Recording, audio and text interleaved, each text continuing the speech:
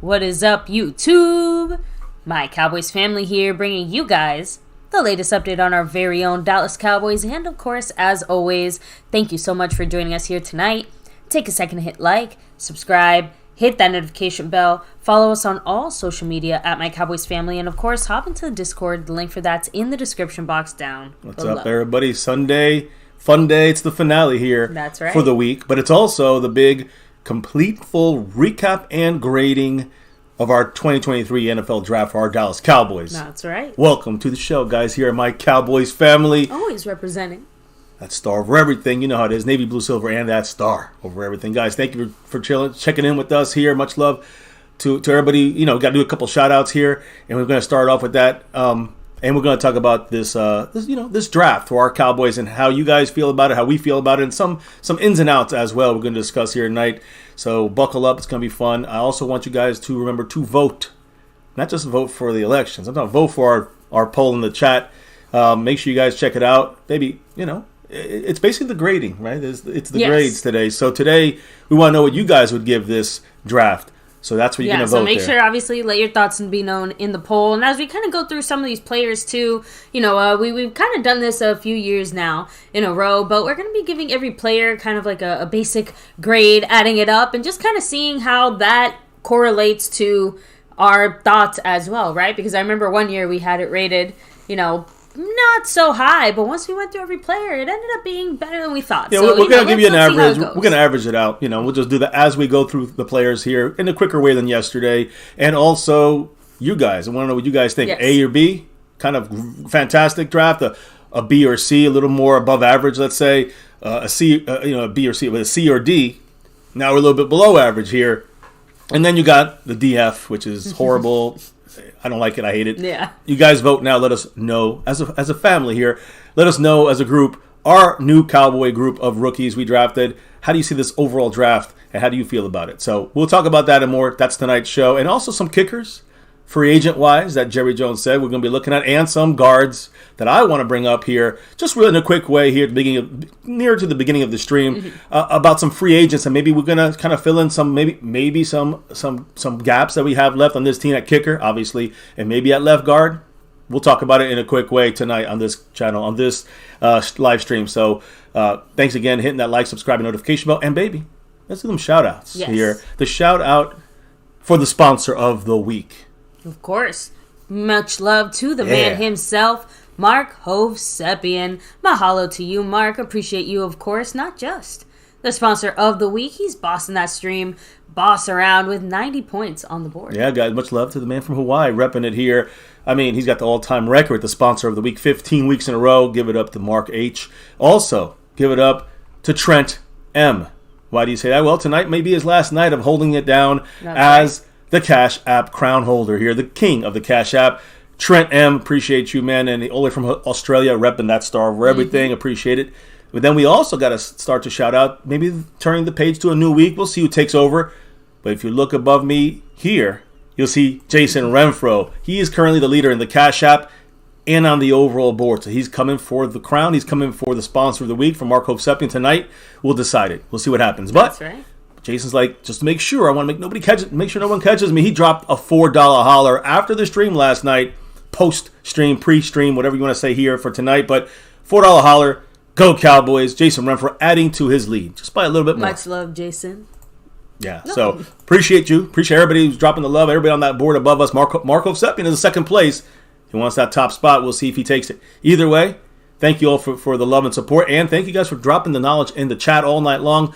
Hence why we're going to need that from you. Hence why we're going to do a shout out right now. Of course. So, by the way, guys, in the meantime, there are only four. Well, real quick, I don't know if you mentioned it, the only ways to support.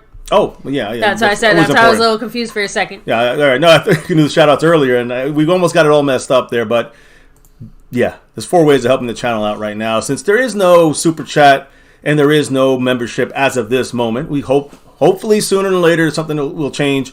We've been trying our best to abide by all the rules. So the 4 ways to help the channel out, support the channel. You want to show the love, you want a comment shown and discussed, There's 4 ways to do that. With the money sign, My Cowboys Family. Through the Cash App, that's right. The Venmo at My-Cowboys-Family. You have the regular PayPal link, of course, and last but certainly not least, the Streamlabs link. Let your message show up right here on screen. Takes down Mark Hosepian's Stream Boss as well. He's back up to 90s, so he was down to like 60 yesterday. Yeah. So you can power back up to that, like Mark, when you have that Stream Boss, you can power up through there. But also, the message on screen is similar to Super Chat. That's how that works. Appreciate everybody who's done that, gone through that, Venmo, Cash App, any of those ways to help out My Cowboys Family here on this YouTube channel. And hey, we're not going anywhere. But we're definitely got a lot to discuss here tonight. And so again, I want to get through this as quick as we can because we got a lot to discuss and grade specifically. Yes, we do. So thank you to Beast Mode. What's up? Much love. That would be kind of funny to see Deuce running between a defender's legs. Jason Renfro, much love to the man Jason. By the way, you might want to check the Cash App again, baby. Rolando Rodriguez, all the way from South Texas. Mike Aldana, what's up? Hello and hi. Yes, hopefully, trust me, the beat will be coming back hopefully soon, right? Skeptical fan, always staying skeptical. Dub right side, what's up? Karam Mawani in the house. Bruce got the toxic juice representing. Steven Weiss said he scared the sheets out of me with that woo. In the beginning, the kickoff? Yes. So, cool. What's up? Much love. So, yeah, we've had to kind of make a few adjustments here. Hopefully, we'll be returning to your regularly scheduled MCF in the next few weeks here. So, Cameron, what's up? Hello and hi. Dwayne Broussard, the top dog himself. Presley Mitchell, what's up? We have, Scorpio in the house.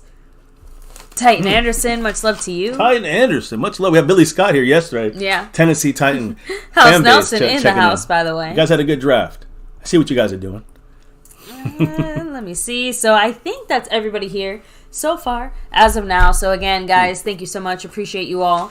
We have a few more things to obviously touch on and talk about. Obviously, Mr. MCF is adjusting a few things behind the scenes here. So while you do that, baby, I'll go ahead and hit up a few of the comments. Actually, let me hit up the poll because I know we mentioned it, but just in case if you are coming in here, guys, again, we wanted your overall thoughts on how you feel about this draft. Let me go ahead and actually read the poll. Not one player, not one day, but the whole entire draft. Yes, and we asked you, how do you feel about the draft overall? The 4 choices are A, B, I'm a huge fan. B, C, pretty good overall. D to C, average at best. And D to F, horrible, just very disappointing. And of course, let us know in the chat, why you possibly we'll try to get through as many comments as we can, of course, but, it's hard to do them all. You know how to catch our attention. Yes. The love, drop love, whether it's the Cash App, Venmo, all that stuff, PayPal, Streamlabs, you see how to do it. It's pinned in the chat, in the description. And that's a way of getting us stopped and focusing on what you want us to address specifically. If there's anything you want us to know or address. I do have a couple shout-outs, though, baby, and some adjustments on this board because the man with the plan here, Jason Renfro, you said to check the Cash App, and he did drop a 5 on it. Ooh, so we got a big shout-out to Jason Renfro. Boom! As we enter the room here. Much love to him. Yesterday early in the week, we had a Justin Quarles drop. And then we had a $20 Tony Pollard holler, right? And then we had a Mr. Stewart, I think, yesterday dropped a little 20 in there as well. So much love to you guys in the Cash App. Those are the closest to Jason Renfro in this battle for the top spot. We just have a new person jump into the mix. He dropped a $35 holler. You can't see my face, much love, Dub. And again, I don't know if that's who he is in the chat, but I got him here as Dub. He said, the reason I say this, he goes, quote, just found y'all. Much love. Oh, appreciate you. Much love to you, Thank you for coming through. And way to go. Jumping into right in the mix. 3rd place or something? Yeah, I think he's right behind Skeptical Fan by a couple on the board here. As we close out tonight, we will crown a champion on that top overall board right down here. But, again, if he takes over the Cash App, he's going to pass Jason Renfro. So that's the overall board as well. So we'll see what happens as the night goes on. Definitely, that's the finale tonight. We'll see how that goes. Will it be a new crown holder, new king of the Cash App or overall board? We'll see what happens. Now, any last things before I get rolling here? Just one last question for you, baby. Has, now that it's been about 24 hours, have your thoughts at all from your initial kind of thoughts, have they really changed all that much? Yeah, a little bit. Okay. Some players, they evolve. See, my thoughts I don't like to say I was right, wrong. I was right, you were wrong. That's so idiotic in my opinion. To me, it's more about let's learn these picks, but then also know the expectations and what these players their roles are going to be on our teams with our coaching schemes and our and I think when you add it like that, you can see a clearer picture. You can be really negative if you just look at it as an overall, just this guy, that guy. But if you look at it as fitting the scheme, you look at the other players we got as a whole. I actually think there's some good things I saw, and there's also some negative things. So again, so it's kind of hard to say because they're kind of the same because they're in the same place but for different reasons. Okay, so no, some good, some bad. I was wondering because obviously now we've been simmering on it for a little while. So and thank you. There we go. So Dub Right Side said same person in the chat. So there you go. So I don't know if you want Dub Right Side. Let me know. I'll put you there. We put everybody. That's first and foremost. So and sorry guys if I'm a little extra wiggly tonight. I had an accident earlier. I hurt myself, so I'm like in a lot of pain and my back really hurts. So if I'm like moving around a lot, that's why. Sorry about that. Real quick, let me hit up a few comments here. I got Doug Wright. Most people, and again, based off the poll so far, most of us are in like that middle to possibly better range, so BC. Like the BC range for the most part. B-. I'm seeing here from Presley. Mike Aldana said, still disappointed that we didn't really address the O-line. That's one of my issues. Said B grade. No household names or decent picks. I'm a Texas fan, and I'm telling you, Overshown's going to be an instant impact. It's funny because one of the only things that is consistent for me is that Overshown. We were talking about you like Schoonmaker too, but that day two was big for you. I like him, but honestly, he's one of the guys that we'll get to it when we get to it. But Overshown, I said it. I'm like, he's like the Goldilocks pick for me. My favorite pick of the draft, just because we got him exactly where we kind of expected to get him. He was more or less rated there. We drafted him there. We know exactly what he's like. It just everything about it is just straightforward, easy, simple. No need to kind of second guess it. And I don't know. If you go back to Overshown's third grade class, he predicted all this. Just letting you know. So first and foremost, guys, happy birthday to Tony Pollard. It's Tony Pollard's birthday today, as he gets Deuce Vaughn there side by side with him in the backfield. So we'll see how the Cowboys utilize that situation with it. We'll talk about Deuce a little later. Now, I want to start off by saying NFL news just for a quick minute here. This is very important. Schedules. NFL schedules. That's right. You want to know when they're coming out. We want to know when they're coming out. You want to plan any games you're going to go to. NFL right now is targeting May 11th as the date that they're going to release the 2023 NFL schedule. Roger Goodell, he's the guy in charge of this whole thing, with Howard Katz, who also they both kind of work on the schedule here. They meet Monday. They continue to attempt to finalize this the schedule. It's a whole thing. 17 games and 2 bye weeks, or not 2, but a bye week, and then you got it's 18 weeks plus. You got to figure all the slots out, match them up. So again, Aaron Rodgers traded, Lamar Jackson signed. These are the things that make differences on schedules and determine some of the big games, the big dates. That's where they're finalizing after the draft. They finalize it after the big trades kind of went down or the big signings went down already. So as they try to do this, guys, you got to remember, I think that Mike North, who's the vice president of broadcast planning, he has been leading all these schedule briefings with Goodell and the NFL. There's a whole bunch of other people participating in this, so it's going to be figured out. They're going to clear up, get those finalized standings done, and then release it in about 10 days, right? So, about a week and a half from now, May 11th. So stay tuned for that. Now, outside of that, a little tidbit of NFL news. We kind of knew this was kind of going to happen this direction when it came to Dalvin Cook. They haven't released him, but the Vikings right now, they're saying they're listening to trade offers for Dalvin Cook, and a big good running back, but he's got that shoulder issue. We don't know if he's going to really be healthy. Kind of reminds me of Derrick Henry, Zeke. You don't want these guys are starting to run their time down as running back. So again, nobody please say out there we need to get Dalvin Cook. We're not.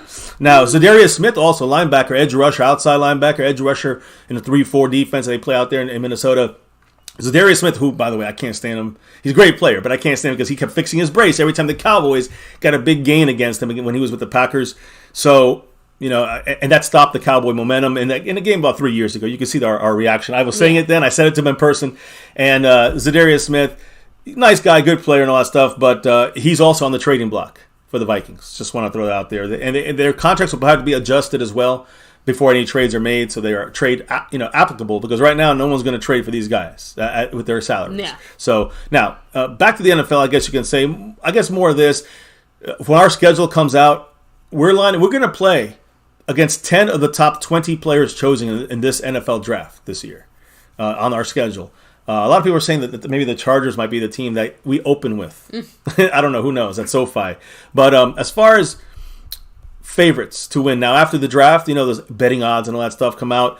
In the AFC, the Chiefs, 380 to 1 odds. Bengals, 450 to 1 odds. Bills, 475 to 1 odds. And then the Jets are the fourth best team rated there as far as the betting odds, 900 to 1 odds. For the Jets. Then we have the NFC. The Niners, 200 to 1 odds to win the NFC. Damn. The Eagles, second, 350 to 1 odds to win the. And after all those moves, they're still second favorite as far as betting wise. Cowboys are next, 650 to 1 odds, and the Lions are after us, 850 to 1 odds. A really good draft. See what I'm saying? They jumped up in there. So again, now in this draft, we're going to quickly break down some of the other grades being given out there by analysts and sports, sports sites and all that stuff. We'll go through it all in a minute here, but the scouting staff for this Cowboy team has to be given at least credit for doing this year round. This is what they do, guys. Will McClay, Mitch LaPointe, Chris Vaughn, Chris Hall. He's a great undrafted. He gets the undrafted with Will McClay, Glenn Kubiak. These are scouts as well. Ross Wonchke, Sam Garza, Eric Ellingsworth, Justin Stuckey, Brett Maxey, and Bo Taliaferro. These guys, all the guys that help put the players in order on the table for the Joneses and the coaches to look through and sift through and find the guys that that these coaches in front office people asked McClay and crew to bring to them. You got to remember that's their guys they're bringing that were asked whatever skills they have. That's who they bring them to the table. So we got to trust Will McClay on that, and I do. He's one of the main reasons we've been staying afloat over the past decade. Let's call it that way. Now, when you look at the grading system by PFF, for example, guys, PFF.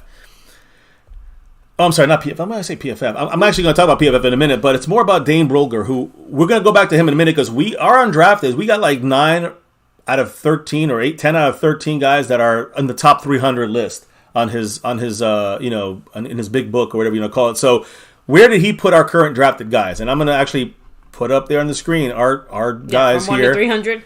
No. I'm saying but more for what round were they picked in? According to him, when they should have been picked. So Dane Brugler said Mazi Smith, first or second rounder. Okay. Luke Schoonmaker, third rounder. DeMarvion Overshown, third or fourth rounder. Junior Fehoko, Viliami Fehoko, fifth rounder. We got him in the fourth. Asim Richards, fifth to sixth rounder. Okay. All right, we got him in the fifth. Eric Scott was listed as the 60th best cornerback, and he was listed as an undrafted free agent. Deuce Vaughn was put in the fourth or fifth round category, and unfortunately for Jalen Brooks, there's no. Yeah, he didn't make the list. He's undrafted. Yeah, he didn't make the. He's one of the guys that didn't make the list. So again, that's from that side of things. Now, when you look at the report cards and the grading systems, draft experts were overall. I'm gonna say it this way: they were underwhelmed by the Cowboys draft. PFF gave it a C+. Day one, not exciting pick, but a good player. They classified that as a good pickup for the Cowboys. Day two, Schoonmaker, inline tight end. The fit is obvious, but they just said it was a reach. It could have went a little later in the draft. Overshown, they said, explosive off-ball, linebacker, and just very encouraging pick. Honestly, like I said, Overshown across the board. From analysts, outside guys, inside guys, however you want to put it. It seems like he was just, like I said, the Goldilocks pick of the draft, right? Most people seem to be a fan of it. They like where he was picked. They like what he can do. Seems like a happy coincidence. Now, Fehoko in day three said it makes a lot of sense, and he's versatile on the edge and inside. Dominated. Okay, we know he dominated in San Jose State, but again, it's the competition I have an issue with that pick. When it comes to the next pick there, Asim Richards, she said, here's the thing, I was not really a little bit hopeful on him, but I'm hearing struggling as a run blocker last year, even though he turned the corner as a pass protector, doing very well there. So again, he allowed 20 total pressures, and I think he allowed three hurries, 3 sacks, I think. I'm not sure, but 667 pass blocking snaps. Now, we traded up for Eric Scott Jr. He had a 71 coverage grade by PFF, 6'2", 202 pounds. But, it's just more about his athleticness is what they talked about with Brooks. He has good hands, only 2 drops when it comes to our last guy there, Jalen Brooks. Only 2 drops in 2022, but doesn't bring a lot of play-making ability, slow, 4.69 in the 40. I'm just saying, we know he's like a Noah Brown type guy. So that's PFF's kind of breakdowns. NFL.com gave us a B+. Now, they gave us a C-. I don't know if I mentioned that, but PFF gave us a C- on this draft. And I see the man, Mark Hosepian, in the house. Mark. The man who's the sponsor of the week. And we'll see if he makes a run for that top spot right now in second place. What did Mark say? Much love. He said, just like I said, every pick other than Deuce was a reach.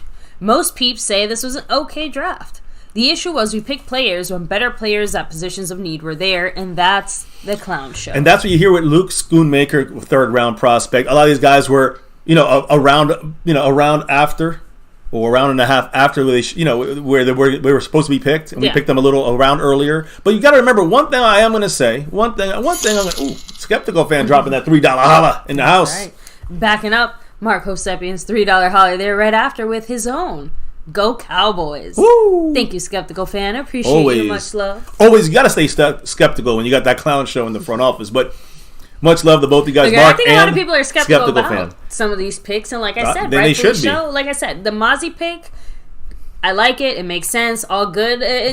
Out of all the picks, too, you can't really get, I think, too mad at that one just because he was projected to be either a late first round, early second round. Well, if it wasn't for us, he would have gone a little later in the first, but he still would have been a first round pick regardless. I think here's the thing I want to say about that. By the way, much love to Mark with the question in the comment, and I'm addressing that Let me here. grab my soda while you keep going. And also to the man saying skeptical fan. Appreciate both you guys. I think the board stays the same above me here, yes. But I do want to say that someone made a point, and I forgot who it was during the draft, that some of these picks when you get them in the third round, even though they're listed as fourth rounders, remember we're picking at the end of the third round, so it's.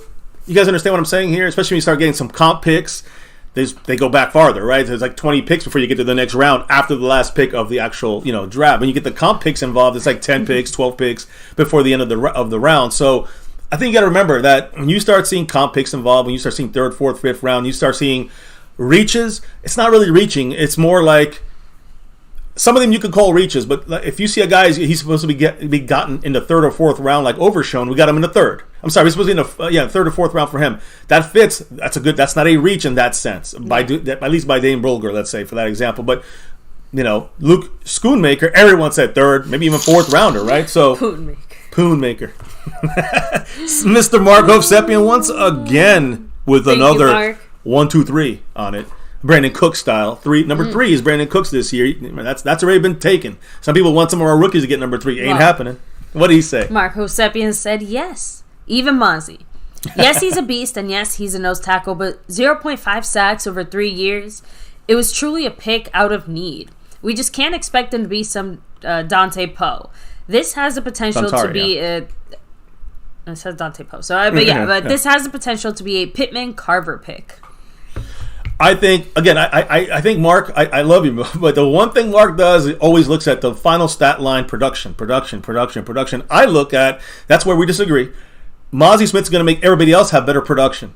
I don't care if he gets 0.0 sacks this year. I don't give a damn if he's stopping the run. If he's helping LVE stop the run and Micah Parsons stop the run and DeMarcus Lawrence stop. Yeah. If that happens, and with that on top of that, I know he's not pass rushing as much as we're going to probably want to see him right now as a first round pick should be. But to the initial first year, I think we're going to see everybody else get better. And that's what I want to see with the Mazi pick. That's why it's a good pick. Now, and that's why it's not a reach. Now, if by year 5, in his 5th-year option, he has not established the pass rushing side of things, then you can say that was a reach. I think you can say that was not as much as we wanted. We wanted to get more from him than just a run stopper. But again, I'm going to reiterate this. Stop making the whole defense better. That might be better than just having a production nose tackle. I want a guy who's going to make everyone better. I don't want him worrying about stats. I want him worrying about letting Micah, LVE, Damone Clark, freaking Overshown, everybody get involved and get their stats better, because then we win. And that's what I care about. You know what I mean? So yeah. I hear you, Mark, but on the nose tackle, don't ever look at production. Production, unless you're like 1 or 2 guys in the NFL, production don't matter for nose tackles as much as making sure they do their job. And their job is not to get numbers and stats. Their job is to help everybody else get those numbers and stats. And that's what we want here at MCF. So, anyways, back to the ratings not from us, not from you guys, but from the other big areas. PFF gave us a C+. I said C-. C+. NFL.com gave us a B+. Okay. The AP, Associated Press, gave us a B+ as well. Now, I think that's a little bit high on there. DraftKings gave us a B. So did ESPN. They gave us a B rating. New York Post gave us a C on that one. So, I'm more apt to be in that range. Sports Illustrated gave us a C as well. Sporting News gave us a C. The Ringer gave us a C-. All right. And USA Today gave us a C-. That's it. Out of the big name places and all that stuff, that's what you're seeing from 8 or 9 different... I think underwhelming is probably a good name for this draft overall. See, I can see this being a B, C, C, D kind of mindset for some people. That's where the majority of people are probably going to fall. What's the numbers on that? Let me go ahead and... what I voted on this? Now. I voted B. BC is what I voted. Yeah, so same thing? Yeah, BC. Okay. So with 59% of the votes, yes, BC, pretty good overall, is leading the pack. As of now, right? We can never predict what happens next year. 20% said AB, huge fan. 16% said CD, average at best. And 4% said DF, horrible, which is very disappointing. See, I'm actually surprised that the second and third place weren't switched. Because we got people really like this draft. And that's surprising to me, especially in the Cowboy fan base, but we have a lot of people that understand. I hate to make these things you have to make these players fit in our minds. That's not really means they're good players. But when you understand what the role is, it's not about fitting. Oh, I got to make it work for me. It's about, hey, I understand what the Cowboys coaching staff, not Jerry Jones, what the coaching staff is trying to do with these guys. That's what I want to do, and I definitely trust McClay and Quinn. My problem is that I understand what they want to do in some of these cases. I just genuinely do disagree as of now. I agree with you on that. The Cowboys' initial plans on what they want to do with some of these guys. So, obviously I do trust our staff, and I do think that they will easily prove me wrong. But as of now, that is, my mindset on a handful of these guys. And I think you'll be surprised at who I feel that way about right now. But anyway, let's go ahead and kind of touch on a little bit more. Undrafted. That's where Will McClay, Chris Hall, they do their jobs there, where they don't have interference from the Joneses as much or the coaching staff as much. That's when they get to draft their guy. That's where you can put it on McClay and Chris Hall when they mess up an undrafted guy. But right now, yesterday they had 10 guys signed, and I think they're up to 12 now total. Hunter Luepke, we're going to talk about him. Fullback, Tyrus Wheat, outside linebacker. From Mississippi State, Isaiah Land, I'm going to talk about him. Edge from Florida A&M. David Durden, receiver from West Florida. Earl Bostic Jr., offensive tackle from Kansas. Princeton Fant, the cousin, I think, of Noah Fant, tight end from Tennessee. Jalen Moreno Cropper, receiver from Fresno State, playmaker style guy, big guy. So you got a lot of big receivers in here. Jose Barbon, wide receiver from Temple. TJ Bass, I'm going to talk about him. O-line from Oregon, and Darrell Johnson, edge from Liberty. Then we got 2 new guys added to this list. Louisiana cornerback Miles Brooks and BYU cornerback D'Angelo Mandel. Either way, I'm going to talk about these guys in a minute, baby. Hit up that $3 holler by the man Mark Hovsepian. Again, huge shout out to you. And Mark Hovsepian had to say, I agree, he will help. But he has a rep for disappearing, and add to that, he offers 0 in sacks. I agree that nose tackles don't get big numbers, but, half a sack over 3 years, his power just doesn't translate onto the field. I'm going to say one thing about this, and this is my opinion. I think that, he had to carry a little bit of carrying that defense over there. And they played a read and react defense, so there was not really going to be sacks coming. This is a different kind of situation, and I'm not sure if he's going to get sacks or not. But on this team, he's not the star player. On this team, he's who gives a damn player, right? That's what we want. He's not going to be focused on by too many people. When you got, Micah Parsons there, DeMarcus Lawrence, he's going to be being an issue on the run game. He's still a great run stopper, and you have Overshown moving up in the line of scrimmage and others coming up. Guys, it's going to be, and then you're going to see help. I think you're going to get, if it's true, where linebackers get better and some of the defensive linemen get better because of him, he's going to get through sometimes. I mean, damn, Hankins don't get sacks either. But he got a sack last year against Tom Brady in the playoffs because everybody else was pressuring him and covering in the back end. So even Hankins on a one-on-one got in there and got a sack on Brady. So I'm just saying, I think that you will actually see more sacks from Mazi Smith in 1 year with the Cowboys. I mean, he might only have a sack and a half this year, but I think that it's going to be a triple his freaking numbers over there in Michigan. So I just think the read and react defense, different in Michigan than it is here. Here we're going to be, and we heard this already, Sheriff Floyd said this, our defensive line assistant coach said, you're going to be pushing. We're not going to be about penetrating. through the line. We're going to be about pushing the line back. Push. That's Mazi's style. That's Mazi. He don't have to worry about reacting. He's going to be pushing forward and pushing everybody into the backfield, pushing into the quarterback, pushing into the running back, and that's the disruptive. That's the stats I want to see from Mazi. Disruption. And make sure you keep your blocks. Don't let these guys shed them to get to the second level. We do that, man. That's what that's what we need Mazi for, to hold these guys in these double teams so they don't get to the linebackers. And again, I'll talk about Mazi in a minute. Why I believe he's going to help our run and pass defense. So I'll bring it up to you, Mark. I'll bring it up. I promise.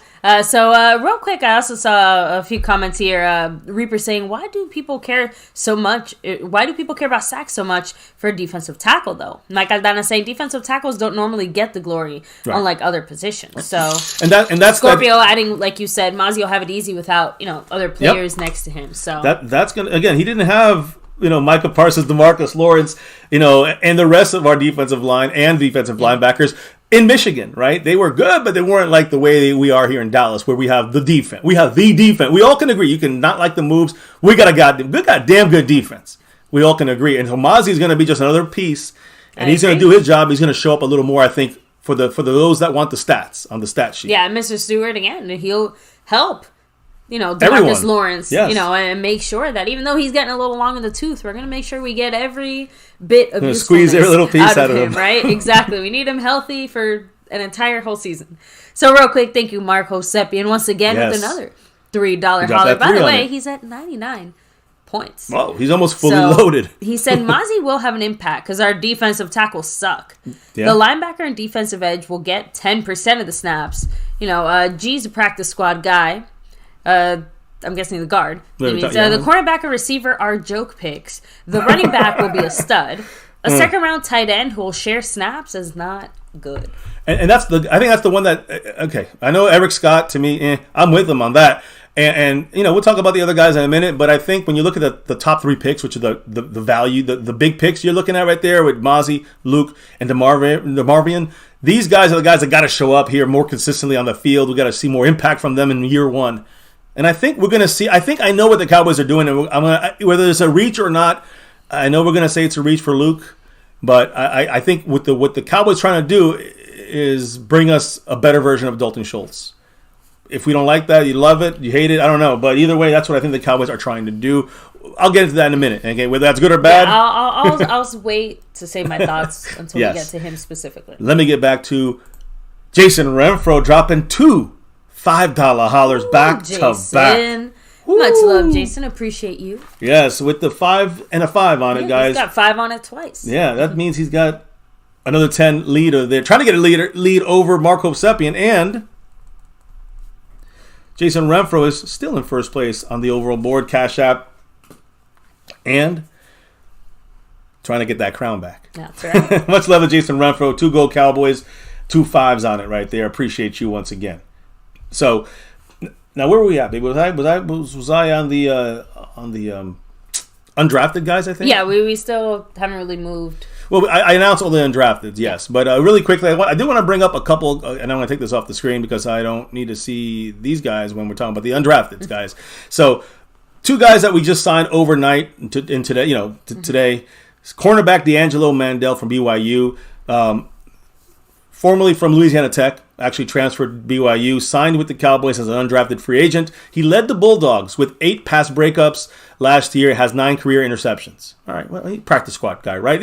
Anybody on the undrafted is pretty much going to be practice squad. Very few will pop into the 53, but last year we had a couple that made it, and some of them that were in the practice squad ended up making it for a much longer time, right? I mean, like Malik Davis started in the practice squad, but obviously now he's a 53.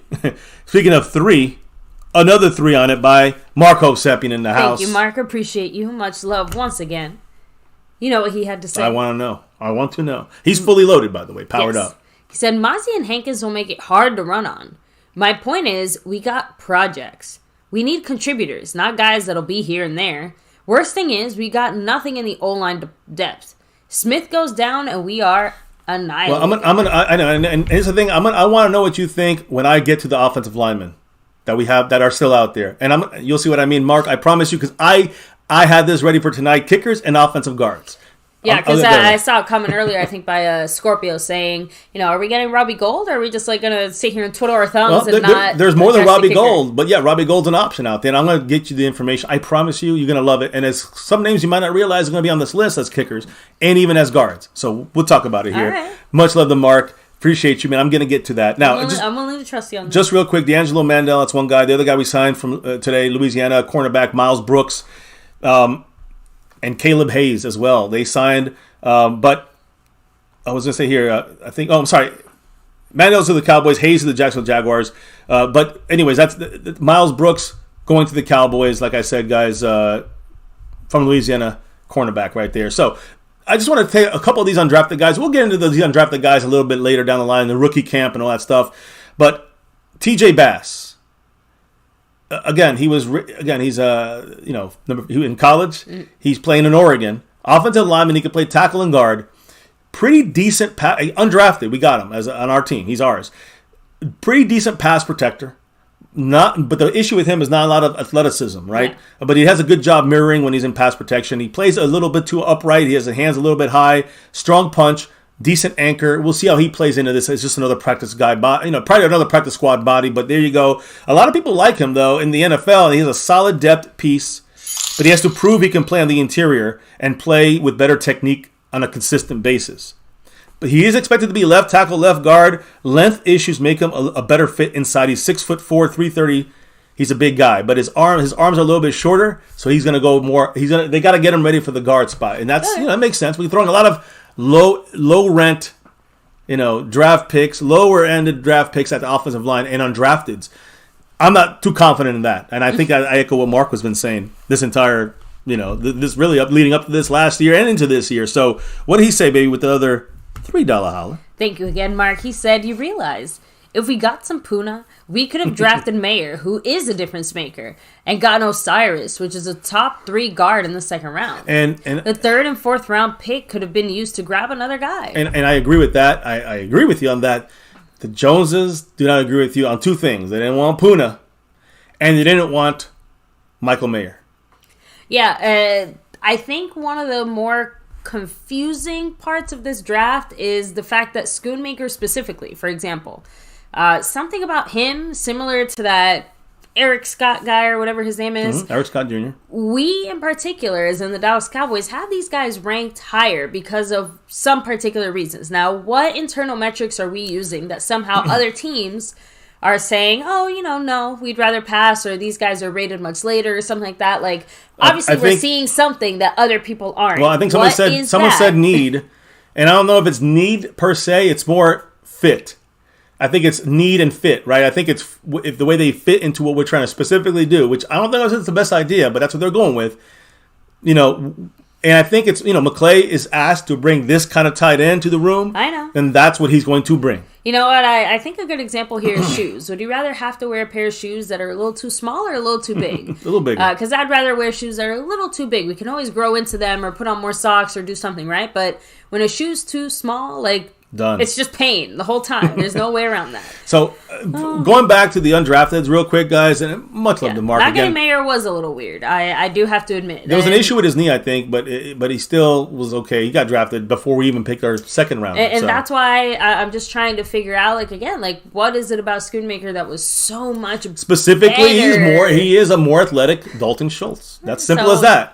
I'm telling you what it is, but we'll have to see. I don't know if we wanted that, but that's what they got. Look, let me explain. I'll get to them in a minute. Really quickly, though, the undrafteds, there's a fullback we got. And I want to bring it up for a reason specifically to lead to something else, but comparing him to Mike Allstott, and I know you know who Mike Allstott is, but Tampa Bay fullback, back in the day, he's Hall of Famer. He had a 9.75 RAS score, athletic testing score for Mike Allstott. 6'1", 248. And if you look at this, he's a halfback / fullback. Hunter Luepke, he had a 9.54 in the athletic side of things. Very athletic for a fullback. He's a pass catcher, blocker, and a bulldozer. 6'1", 248 for Mike Allstott. He is 6'1", 236, so he has to gain a little more weight, obviously. But Allstott ran the 40 in 4.66. He ran in 4.56 as a fullback. Allstat had 33-inch vertical, 4.16 shuttle. He has a 36.5 vertical, 4.43 shuttle. Right. And just so you know, guys, Hunter again, I say Luepke. Is that how you say his name? Yeah, Luepke. Luepke. He ranked 24th out of 497 fullbacks since 1987. And I'm going to say one last thing about him before Mark. Actually, let's hit up this thing because I have one thing to say about Hunter Luepke, real quick. The fullback, undrafted. But what did the man Mark Hosepian say here with that $3 holly? Thank you again, Mark. Appreciate you. He said the biggest flaw is Jerry Jones goes after athletes and position flex over players. Remember Alexander Wright? Yeah. How did that 4.14 speed translate on the field? Tiny guy. Trade down with KC, get an extra pick if we got Puna. So that's like true. I said, We won't need Mazi. But you know what? The Cowboys went back and forth.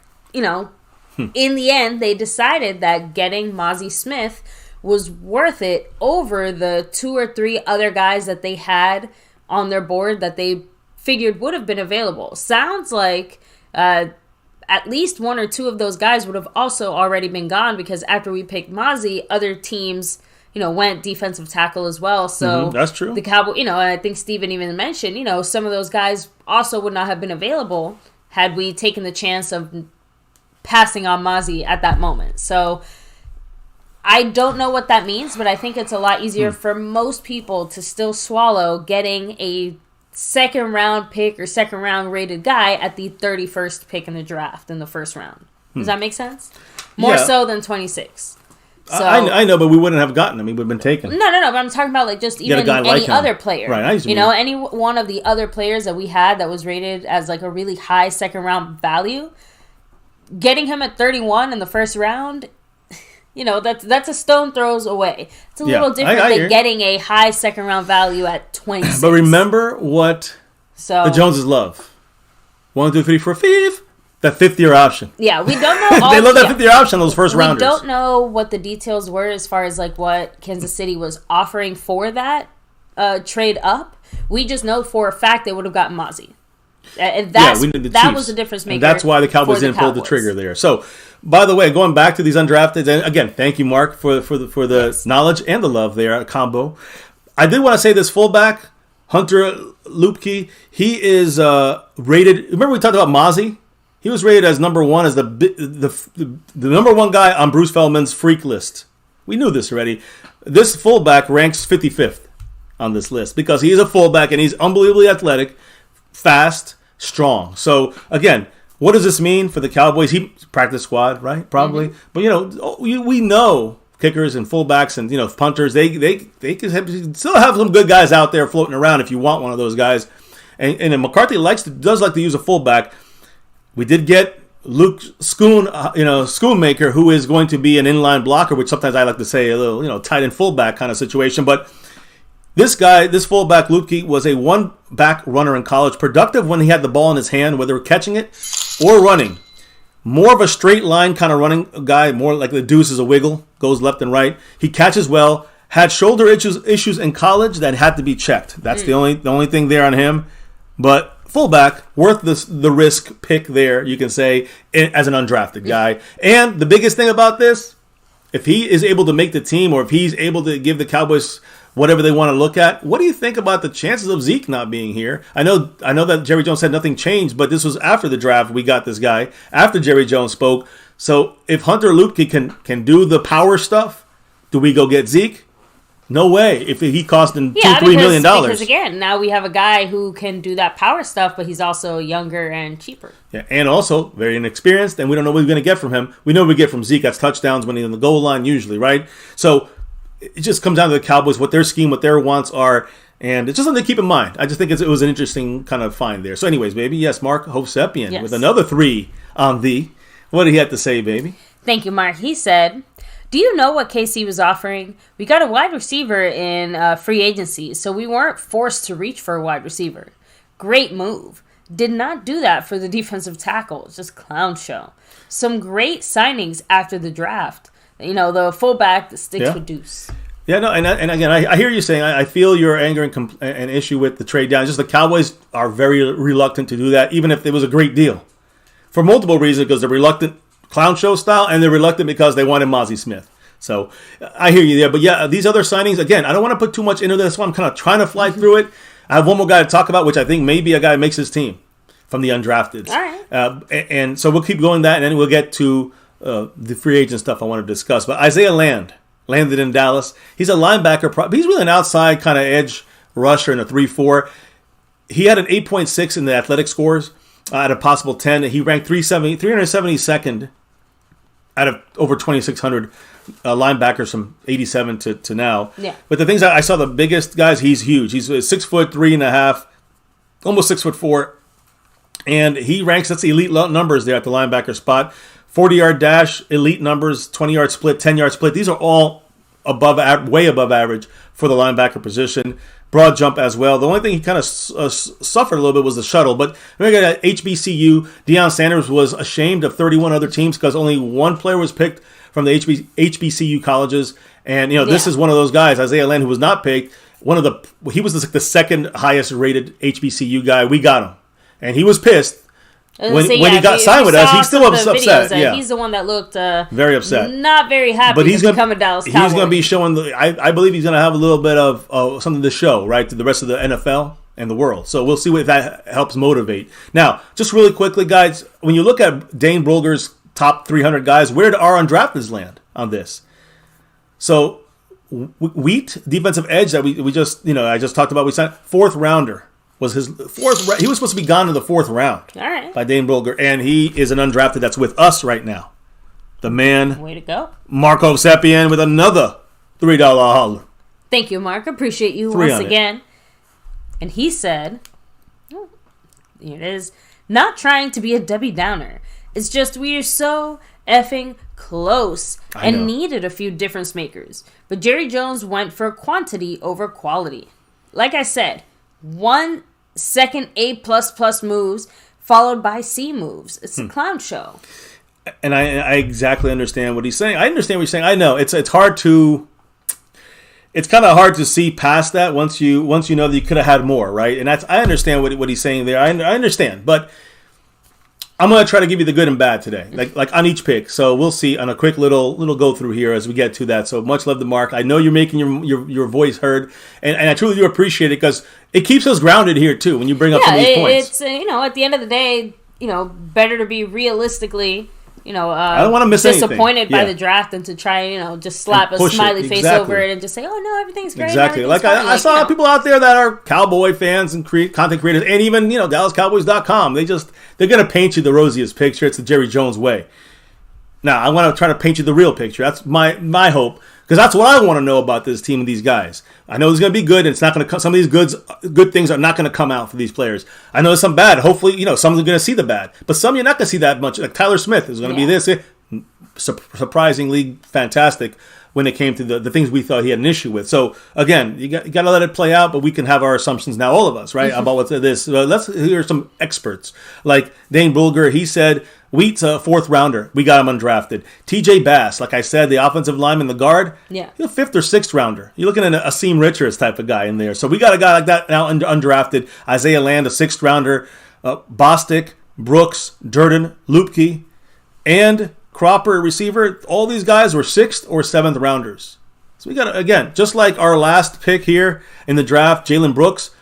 Jalen Brooks is just a overhyped undrafted pick there.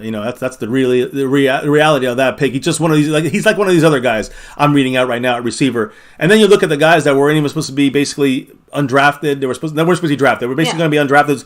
Fant, tight end, Johnson at defensive edge, Barbone at receiver, and Mandel at corner. So I'm just saying no ratings for these guys or undrafted free agents is what they're saying. So look, that's what we got there, waiting on the practice squad to fight it out, to get a little pressure to get the competitive juices flowing, and we'll see how these undrafted. Yes. We'll talk about more of these guys in the future, I'm sure. Now, and of course, where we sign. Let's talk about the 2 glaring, I guess you say, holes on this. I don't want to say holes in this sense, but let's just go with 2 things that I thought was going to be holes. That's kicker. We have not solved that, and guard. So, and I'm cracking up because so many people in the chat are basically saying, Zeke to the practice squad, which is just making me laugh. So real quick, let me take care of the dog. Yeah, okay. No, I was going to say this, though. This is pretty important about the kicker, so I kind of wanted to... I'm right here. I know you can hear it. thing is this, guys. This is the thing. We didn't get a kicker, right? Moody, Ryland, these guys are picked. The Patriots, New England Patriots, today, they're only the second team in the last 30 years to draft a kicker and draft a punter in the same draft. The only other duo to be drafted like that, kicker and punter, well, the Raiders, if you remember back in 2000. And yes, if you remember, Janikowski was picked in the first round, a first-round kicker. Sebastian Janikowski, again, we know he's one of the best kickers of all time. And punter, Shane Lecter, who is, again, one of the best punters of all time. Again, he was picked in the 5th round. He's not the best punter, but a very good punter. So you're seeing, that's the only time you're seeing a kicker and a punter get picked. And it's just crazy to me the Raiders picked Sebastian Janikowski in the first round. So, again, is that worth the pick? Most people say no. I think, hey, I got my number 1 and 2 draft picks right here with me. Yes, go run off. So, anyways, my point here, what I'm trying to say here is I kind of give you guys a stat. But more importantly, with the Patriots drafting Chad Ryland, which is the guy we were checking out, one of the guys, him and Moody, we were both checking out those guys in the pre-draft stuff. They got Ryland in the 4th round. This means probably the end of Nick Folk in New England. And again, guys, remember, he was 108. He made 108 kicks at 121 field goals, 89% kicking. NFL scoring leader in 2021. He set NFL record for most field goals under 50 yards. He made 64 straight. With New England, if you guys recall, Nick Folk kicked with the Cowboys way back when, about 15 years ago there, when he started his career. So he is going to be probably a free agent kicker. Now, I know kicker is not sexy. I know kicker is not, people don't want to talk about it because they don't care about it. But now you guys, I know Cowboy-Family. Make special teams matter. So, some free agent kickers out there. First of all, who's the highest paid kicker? Baltimore Ravens, the superstar, the best ever, Justin Tucker. Rightfully so. Highest paid kicker. How much does he make per year? Well, like $5 million? $6 million. That's it. Right. I'm saying that's $6 million for the best kicker of all time, basically, right? So you're seeing the money is not going to be crazy for some of these veterans. Mason Crosby's out there. Matt Gay. Again, their former team. Mason Crosby, of course, with the Packers. Matt Gay with the Rams. Robbie Gould with the Niners. I'm a big fan of him. Greg Joseph with the Vikings. Brett Maher, formerly of the Cowboys. Chase McLaughlin, formerly of the Colts. Eddie Pinheiro from the Carolina Panthers. Matt Prater. I like Matt Prater if he can, he's UCF, but he got a strong leg with the Cardinals. Of course, all these guys are free agents. Joey Sly from the Commanders and Greg Zuerlein. Sound familiar? Two of these names sound very familiar for our Cowboys when you have Maher and Zuerlein, right? Yes. So, again, this is the Cowboy crop to pick from. Hopefully the only one of those, as far as bringing back a former kicker on this team, like Folk is the only one that I would want to and even him, I think consider again. Too old. Remember, that's kind of just been the beginning. I know, but again, for 1 year, that's what I'm saying. Like, we don't have to necessarily figure out the entire kicking situation right at this moment. I agree. And again, it's going to be something where it's going to come up, I think. It's going to come up, as we continue going into this offseason. Vizcaino is our only kicker right now. He's a veteran. I don't want him. He's going to lose us games. So out of this list, I would not mind Robbie Gould, Mason Crosby, if he's doing it right, Matt Prater. But my point is, a lot of names here, you get it for $2 million or even less than that. And again, remember, guys, what's the minimum? The veteran minimum is what, $1.1 million or something like that? So you can expect a guy, one of these kickers at most, I'd say other than Robbie Gould, who's going to get a little bit more, and so is maybe Crosby, but most of these guys are going to get $1.5 million. Look. At kickers best. are not exactly breaking the bank anywhere. That's my point. So kicking-wise, it is still a priority that we get somebody in there, though. I'm looking at kickers, and I'm saying, hey, we got to get a real kicker. Not Vizcaino and definitely not Maher. We need a guy who's going to be consistent, a veteran, and can hit him. And Jerry Jones said it. Let's see it. Robbie Gould, come on down. That's what I would want at the number one spot. Now, what about the other side of things, baby? Like the offensive line and the guard position. We got our tackle, our center, our Zach Barton, and our other tackle. We got all our guys but that left guard. Now, let me just preface this by saying Tyler Smith is going to probably move to the guard spot. And Tyron Smith's going to go back to the left tackle. And when Terrence Steele comes back, he's going to start taking over at the right tackle spot on the right side. Zach Martin and Biadish, in the center, and right guard center situation. That's our starting five, most probably. Asim Richards, Farniok, these guys in the guard spot. They're floating around. Edoga, he's more of a tackle. Ball. Well, let's go. They're going to try to work, Josh Ball into the left guard spot as well. Not good things across the board, but again, probably Tyler Smith's going to start left guard, is my opinion. But let's just say if the Cowboys were to say, let's solidify this thing now without any kind of worries, or we're going to mix and match and move and this and that. So there's a couple names I want to say that in the top 20, out of the top 20 guys, most of these guys are gone. So it's slim pickings in the free agency for guards. But there's this guy from the Broncos who's pretty much rated a top 5 guard as a free agent right now. And, at the beginning of the free agency, he's still available. Dalton Reisner, guard, formerly of the Broncos. He's 28 years old. Now, he developed well after being chosen in the second round. A quality guard for the Broncos who's really, really good at pass protection. But he's also best known for pushing Broncos backup quarterback Brett Ripken while he was on the sidelines. That was this past year on Christmas Day. He also started 62 again.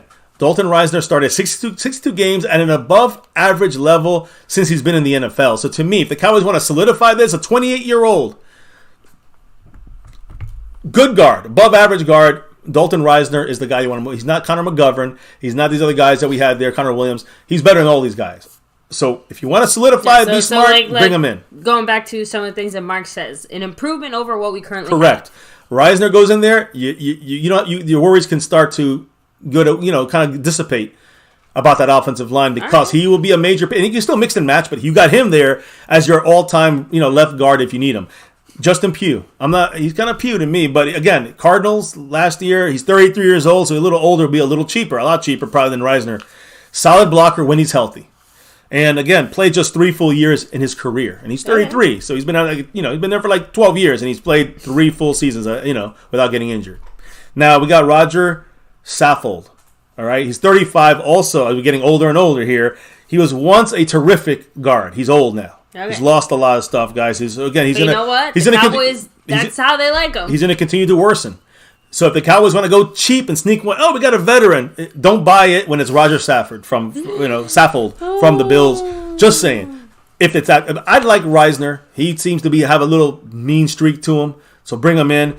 I'm not a big fan of Pugh or Safford. But again, there's other guys, or Saffold, let me get his name right. There's a couple. Let me just read through a list of names here, guys, of guys still available right now. All right. At that offensive guard option possibility, offensive line spot there. But again, Jason Peters is listed here as a guard tackle, which he was, right? He's 40 years old, though.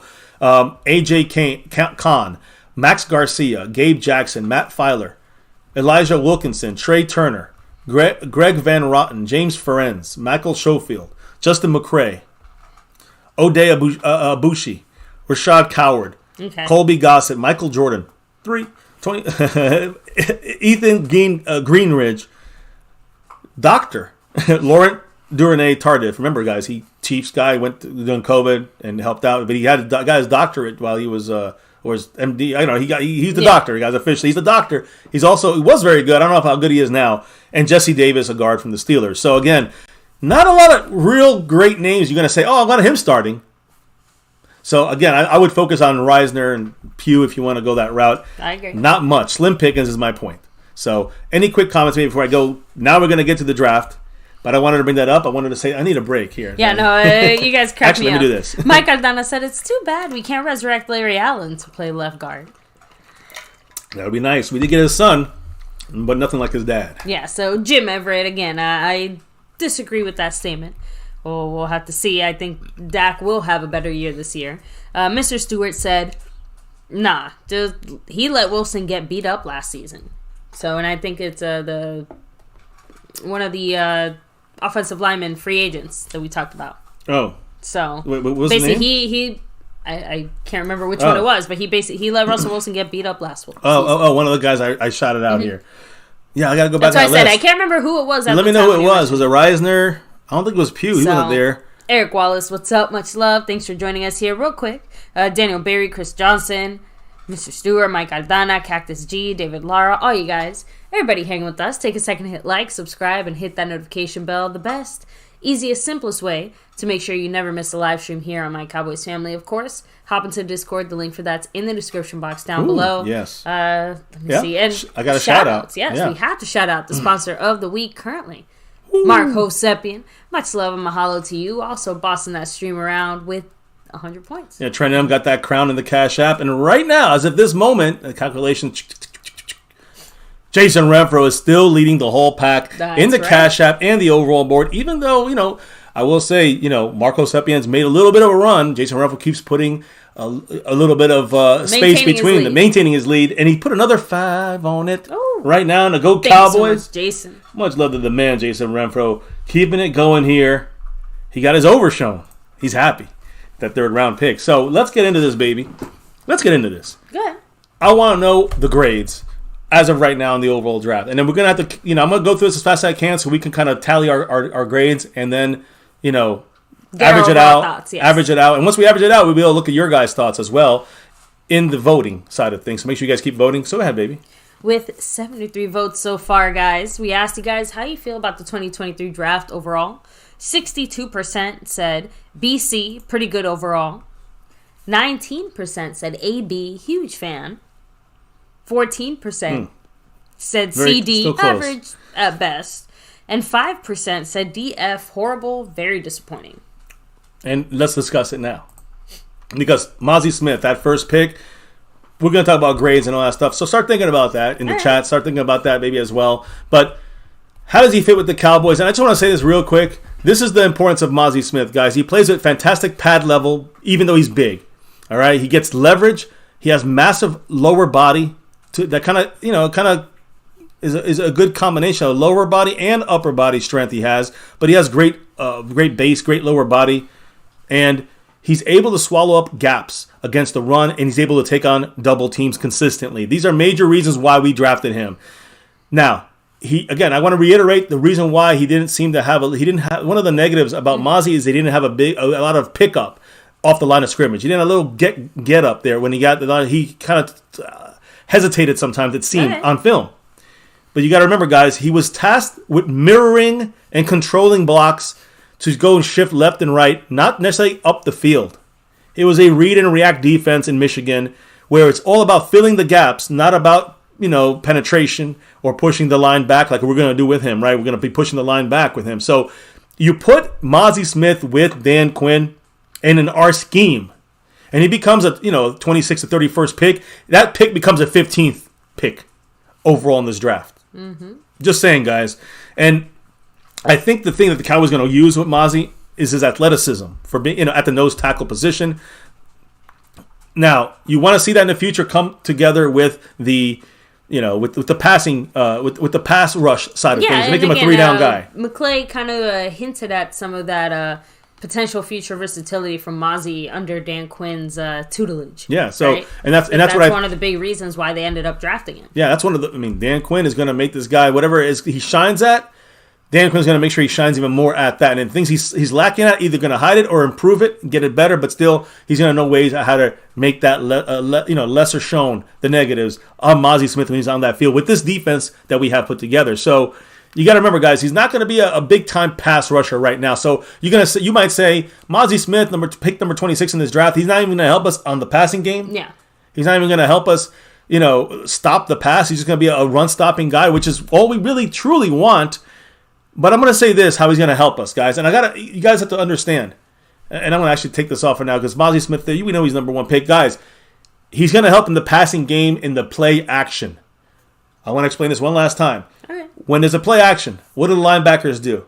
They think it's going to run. They're showing like they're going to run the ball and then they pull it back out. Linebackers either don't move or they go forward, attacking because they think it's a run. And once they see the quarterback keeps the ball, they drop back in coverage. Yep. That step is eliminated. That step forward is eliminated. Why? Because if Mazi Smith does what he's supposed to do out there, which is play interior, not get the numbers, not get the stats, but if he's in there pushing the line backwards, and again, controlling the double teams like we discussed and all that stuff, if he is making it so that linebackers don't have to run up to the line of scrimmage like we did last year. Remember, last year, until Hankins, the linebackers were constantly freaking out because Dan Quinn had to have them immediately biting on any play action because we knew we couldn't maintain the gaps assignments. We couldn't, cover the holes that we needed to cover on defense.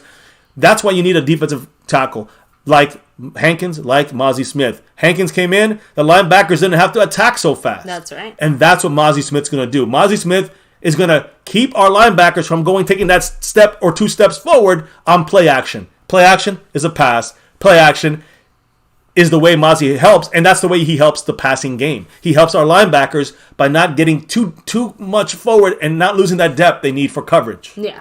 That's Mazi Smith's, because the confidence they're going to have in him and in Hankins is what's going to make the linebackers cover better. That helps our passing defense.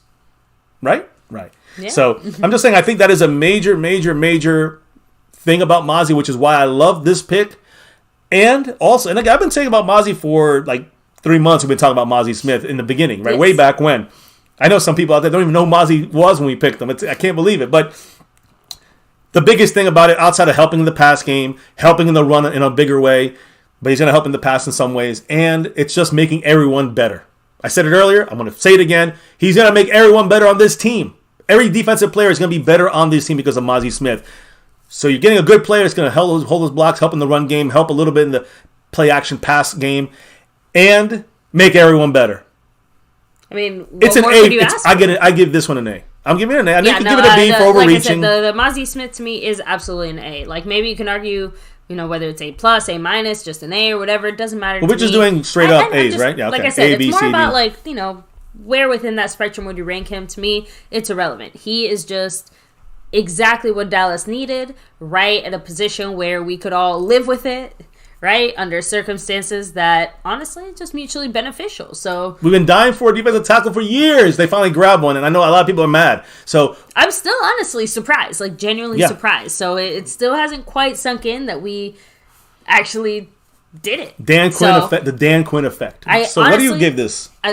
Like I said, I'm with you. I give it an A. Okay. Like I said, I think I'm more surprised at the fact that one of my least favorite picks right now is the one that I know we're going to touch on here in just a minute. Hold on, I want to make sure. Let me go ahead and write that down. Guys, you right now, quickly, everybody who's listening right now, drop an A, B, C, D, or F.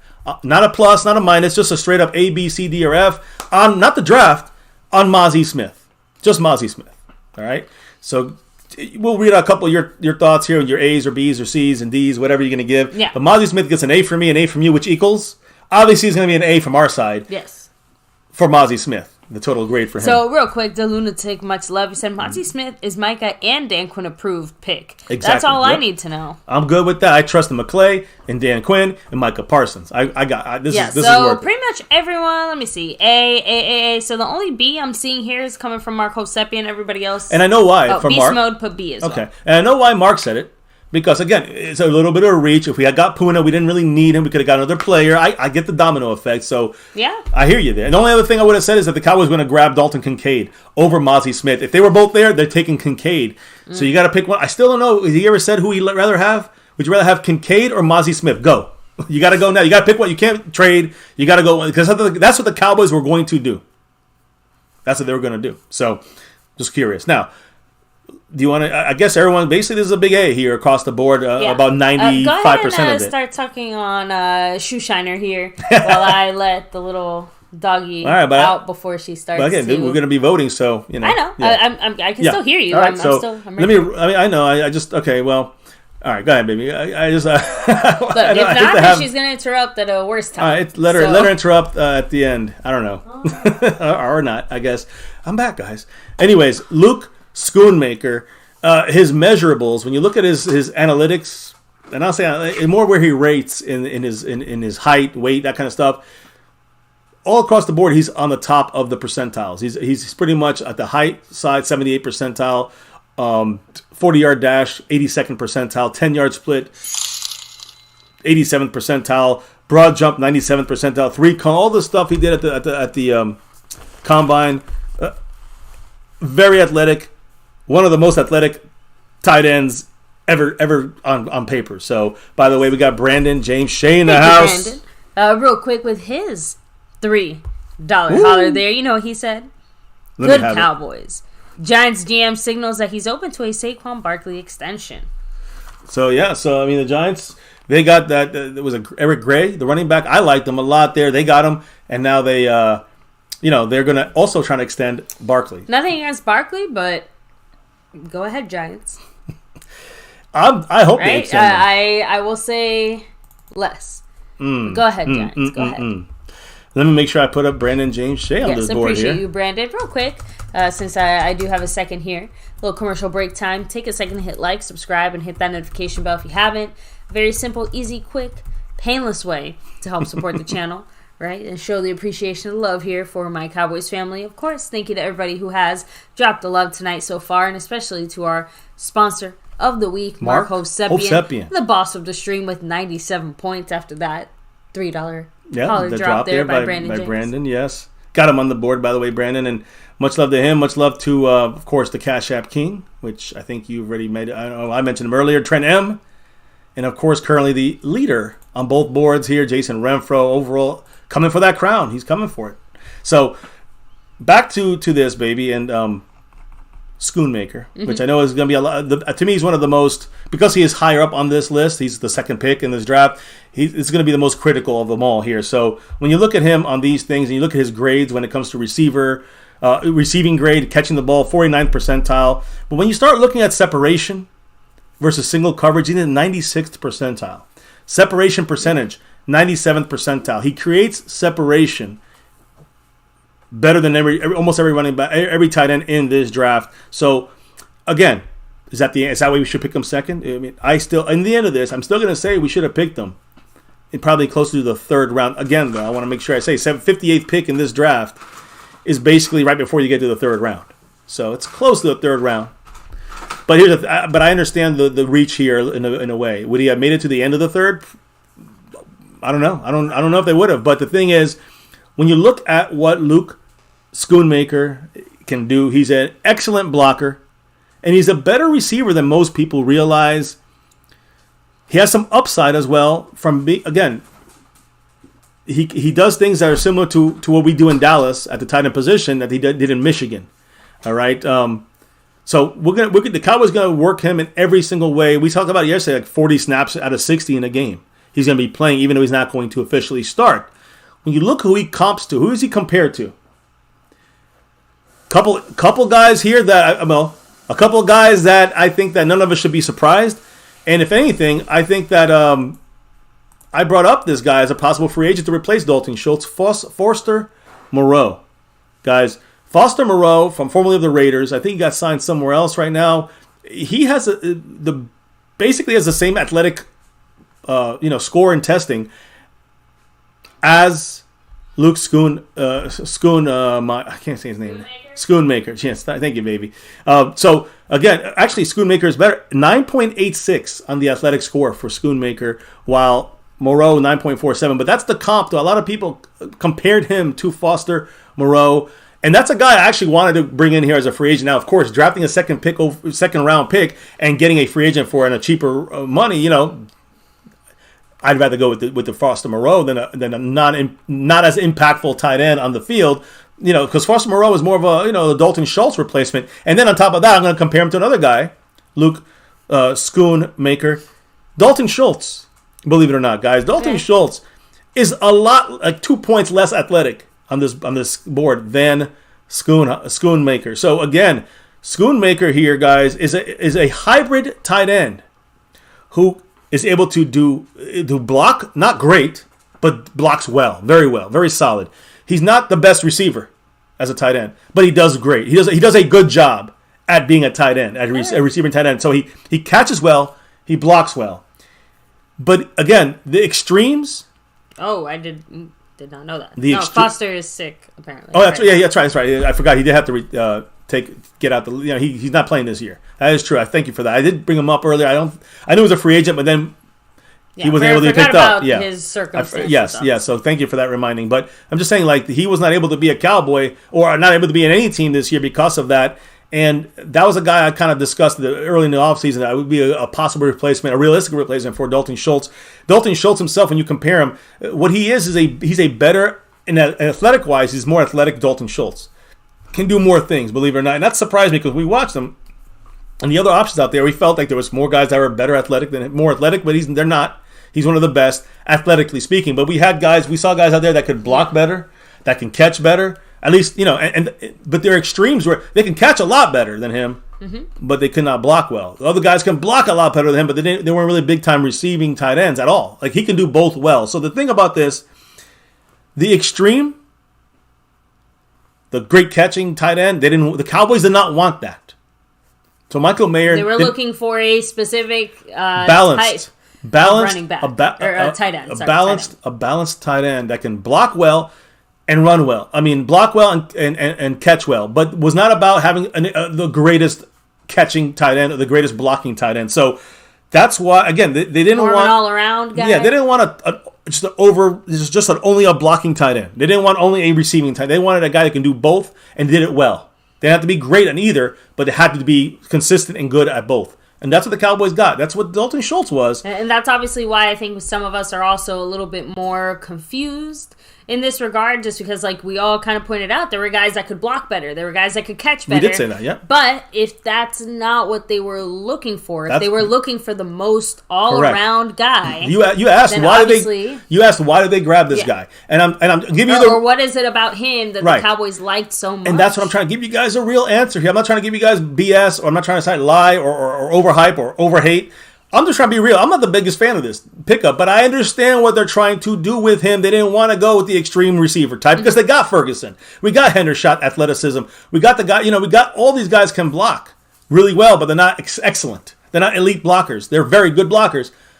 That's what the Cowboys are looking for. That's what we're looking at. We're looking at basically 3 Jake Fergusons, 3 Peyton Hendershots, or 3 Luke Schoonmakers. The Cowboys are going to use 3 tight ends a lot this year, and we're going to see what happens. Look, let me get into a little bit more of a breakdown from Luke Schoonmaker. I'm going to get that name right one of these days. But listen, he's the ideal Dalton Schultz replacement. Balanced receiving and blocking tight end. He's 6'4" to 6. He's 6'5", 250. When you're in that range, guys, that's the kind of that he's got all the makings of a perfect replacement of a Dalton Schultz, or at least in our system. Again, we're not running the Kellen Moore thing, but as a what is it? A safety blanket for Dak Prescott and some of the West Coast stylings you may see. Again, we're changing 30 to 35%, but there's still 70 to 65% that's going to be the same. We're going to need a tight end that's an outlet for Dak. Whether it's Ferguson, Hendershot, or it's going to probably be Schoonmaker, is made for this. I think Ferguson's going to be more of a down the field kind of tight end. You guys understand what I'm saying? He's going to be more of the athletic receiving tight end, while Schoonmaker's the safety blanket for Dak Prescott. Mm-hmm. So again, the bulk of production for Luke Schoonmaker, most of his yards came on the crossing routes last year. Crossing routes important, guys. You get that crossing route go. We didn't do a lot of that, it seemed, last year. I think with West Coast, you're going to see more of that. Yeah. So he fits on the McCarthy side of things when it comes to the crossing routes. 147 receiving yards on crossing routes last year was the second most among all college football tight ends after Georgia's Brock Bowers. So keep that in mind, guys. That's a specific statistic that Mike McCarthy is looking for. Now, Schoonmaker was drafted, 58th in round 2. A 9.86 in athletic score out of 10. This ranked him 16th out of over 1,100 tight ends since 1987. And again, he has elite athleticism. Nice. It gives him a sky-high pass-catching ceiling. And he has the speed. He does have the speed to stretch the field, guys. So when you look at him, guys, he does well. He does well when he gets initially a bump off the line of scrimmage, running his like I say, a crossing route, crossing the safety's face, and then creates separation. That's one of the things he does best. He goes crossing routes. He can block and catch, but he's not supreme and elite in any of them, but he does them both very well. Mm-hmm. And he creates separation. The separation is major here, guys. So when he creates separation with his acceleration out of the break, it's not a common thing you see from a lot of tight ends, but he has acceleration out of his break, which creates the separation. Schoonmaker is big-bodied, so he's a big-bodied target for the Cowboys and Dak Prescott. He's an effective outlet for a quarterback, so perfect match for Dak Prescott. And again, he will be doing. I'm just going to say this: do not be surprised if Schoonmaker does a better job catching the ball and generating yards after the catch. Remember, Dalton Schultz would get hit, go down. He didn't get that much more yards after the catch than Witten did. Really, let's be real. So Dalton Schultz, guys, didn't do great after the catch. He should do a better job generating yak. That's something we should hopefully see improve. Yes, that's what we should see improve from our tight end weapons, right? And all of them, not just Schoonmaker. So again, he does a great job in transitioning into a runner after securing the catch. So he'll catch the ball, and as he's without even slowing. A lot of people slow down when you kind of reestablish the football. Which he keeps his speed. He does not slow down. He does a great job transitioning from catch to holding to tucking it in and running. So he's very smooth on that. So again, these are the good things about him. Now, as he's going to get better as a pass catcher, his blocking ability, guys, is going to be impactful immediately. So immediately you're going to get blocking. You're going to get some catching from Ferguson. You're going to get some catching from Hendershot, and you're going to get some catching from Schoonmaker. But he's there for blocking in year one. Now I know it's boring. I know we don't want to see that. Maybe that's why the Cowboys didn't address the offensive line as much. Because Schoonmaker is going to be doing, he's going to be focusing on blocking, which he does a damn good job at. Again, there might be better blockers at tight end, but he's the best of both that was left for the Cowboys. Yeah. So he shows a strong latch and impressive ability to create open running lanes on the edge. He's able to block for the outside very well for Pollard and Deuce, whoever's out there running the ball. He's able to block the edges very well. He's one of the few tight ends who is a capable blocker in both inline like a fullback and out in space as a tight end in a slot situation, right? Or at the end of the line of scrimmage. He blocks well both when inside help or as the outside guy. And that gives him flexibility to be moved all around the formation and still be a weapon in the pass game, but especially in the run game. When you move him around, he's going to help run blocking for this offense. And again, that means that we're going to be running more with this West Coast offense. Again, 35% change, but still we're going to run the ball. Sometimes Schoonmaker is going to fit well with the Cowboys tight end room with Ferguson and Hendershot, a young three-headed monster for the future. And again, how are we going to use these tight ends? That's still the question, but we see what we're building here with the athleticism. I still say jokingly tight end by committee, and I know that's not exactly what anybody wants to hear, but tight end by committee. I would just say, that's my thoughts. Yeah, and again, I think you got to remember though, with him, he's going to be a tight end on some plays. He's going to be a fullback on other plays. He's going to be a slot receiver on some other plays to block or to catch. But my point is that he's going to be moved all around the field. So he's not. You're going to call. We got two tight ends, but it's kind of like having two running backs and then putting the running back as a receiver. You know what I'm saying? I'm just saying if you were to do that, it's the same thing as taking your tight end and putting him as fullback, putting him as a slot receiver. Yeah. It's just he's not as a tight end, but he's getting snaps all over the field in multiple formations, and we can move him around for run blocking purposes here. The Cowboys' ability to attack defenses in a variety of ways is the key with Luke Schoonmaker, guys. Okay. In a lot of ways, it's the foundation of their offensive success, and Schoonmaker emboldens that idea of being, I don't say running a lot of things from a little bit, running a lot of things from each formation and package. So again, we know 11 personnel. You might not see a lot of him sometimes, guys, right? Again, 11 personnel means a running back with the first one, and the second one in the 11 is the tight end. So 1 and 1. You got one receiver, one tight end. You have one tight end. You're probably going to see Ferguson out there unless we're running the ball. You're going to see Schoonmaker starting. But when you have two tight ends, two receivers, two tight ends, and one running back in that scenario, the other way is three receivers, you're going to see, I think, a lot of Schoonmaker there. When you see 13 personnel, and you're going to have Hendershot as well, and you only one wide receiver, but you have three tight ends, one running back, and these personnel packages, defenses are going to have to be on their toes and attack mismatches. They're going to see us, and they're going to say, how are we going to cover three tight ends?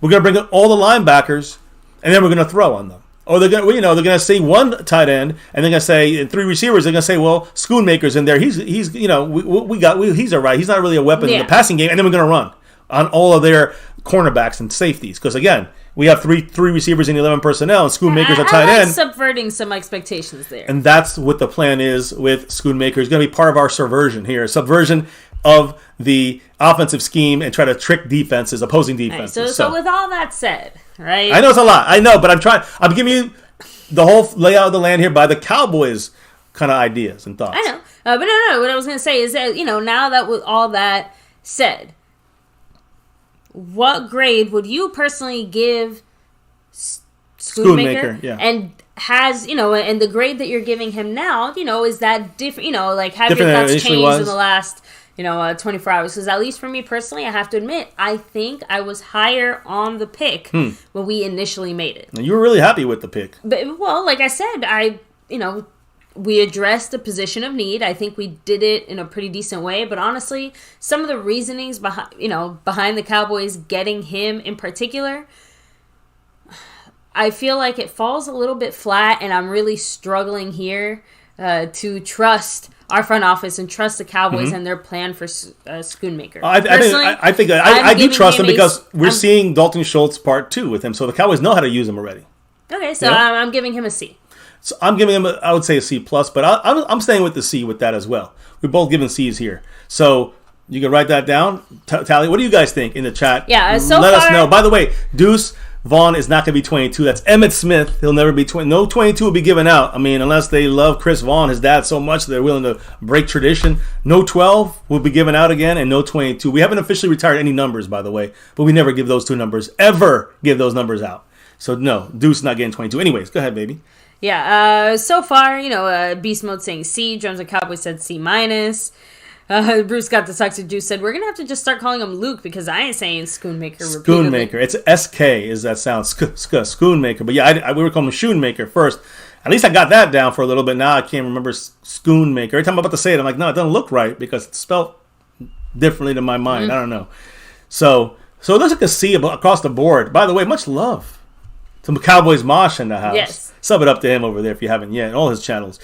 Let's go to the next pick here, baby. In DeMarvion Overshown. This is one of your favorites here. Yeah, like I said, he, to me, is the Goldilocks pick. Well, Overshown, you're going to like this, baby. He tweeted out a copy of a school newspaper, I guess, they used to in elementary school, guys. In 3rd grade, he spoke on his favorite sport. They said, guess my favorite sport.